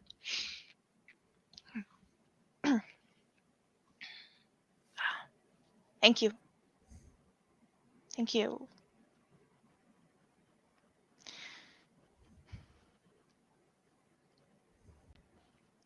It seems stupid, but I thank you. It's not stupid. It's a little weird, I'll admit. Then again, this is all weird.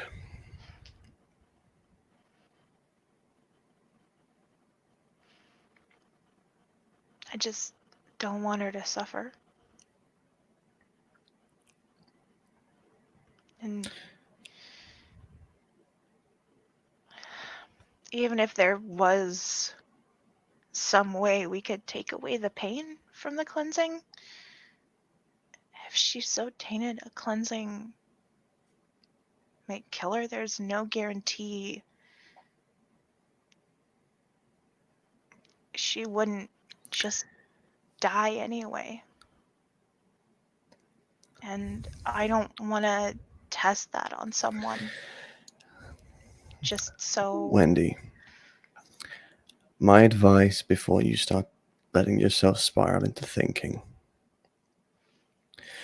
The first step is we need to find her.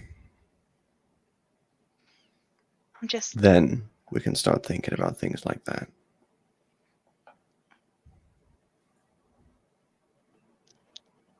I'm just trying to be prepared. I know. One step at a time. Let's find her first. Okay? Yeah, there's a head tilt because William mentioned it earlier. I don't suppose there's spirits that could find her, are there? Well, I remind you of one of our first conversations that you gave me a picture and I sent the crows scouring the city, that they still do. And they haven't found anything yet. Nothing solid. Crows are literal. So there's been a few things, but they don't fully understand, if you get my meaning. So it's like they found someone with red hair or a woman with tattoos. Exactly. They found a woman with red hair wearing said clothes. They're not even the same clothes, just the same colors. They're literal, but they haven't found anything. As I said, if they did, I would inform you straight away. I know, I'm just. The new guy mentioned it. I thought I'd ask if there might be something specific, but I didn't think there was. And I didn't think it would be just as simple as showing a spirit a picture of someone and them coming back and saying, hey, I found it. It is. But spirits interpret things differently. It's weaning out that error, effectively. But they're still looking, and they'll let me know if they find anything.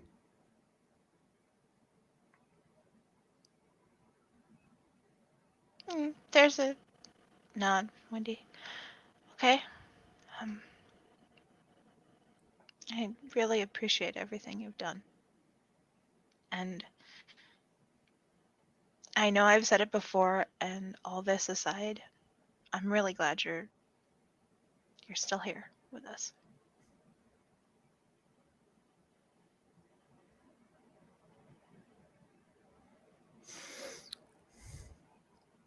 So am I.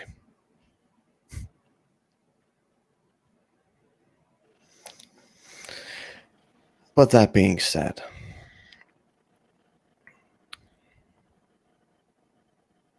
is there anything else?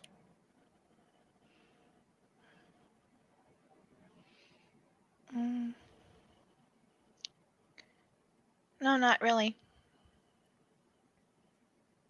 Unless you need help keeping things going with spirits, I can do what I can.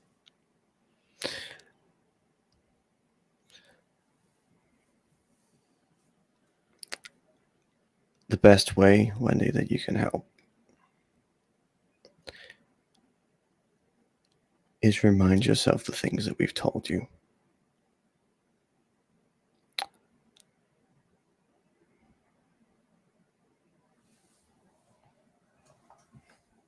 There's a nod.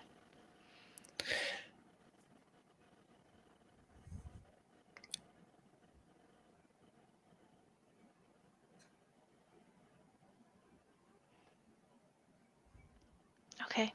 I think I'm gonna go hang out in the library before I finally go sleep and watch some TV or something. Just clear my head.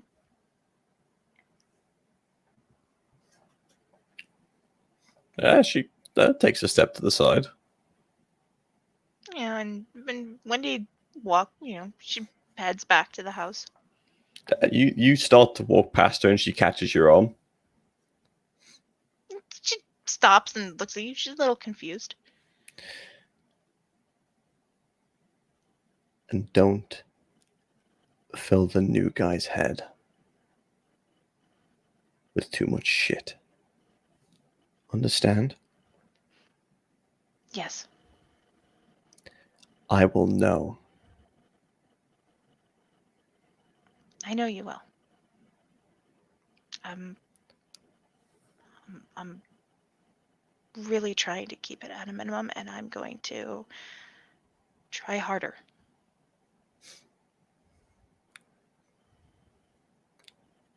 Good. Yeah, she just lets go. Wendy heads back.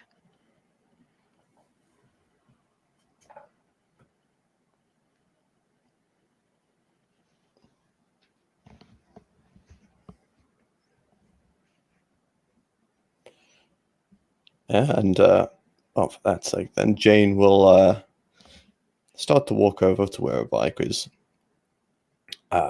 If anyone is watching, as soon as she starts to get close to it, it just starts up.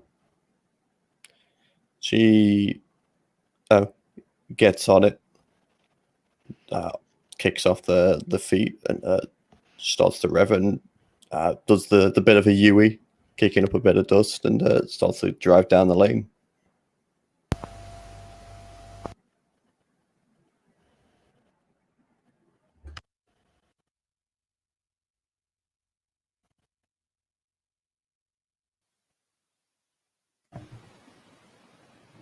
All right. Anything else going on? Are Anton and Jane still planning to have a talk of some sort? I thought we were doing that in the later scene. Okay. I have no idea. I was just checking. Yeah. Yes. Okay. Well, in that case, It's like late. You know. it is late. Anything else, guys, or shall I call it? Kill it. Kill it. All right. Then for now, we will call this a scene. We'll see you next time on Lost Cub.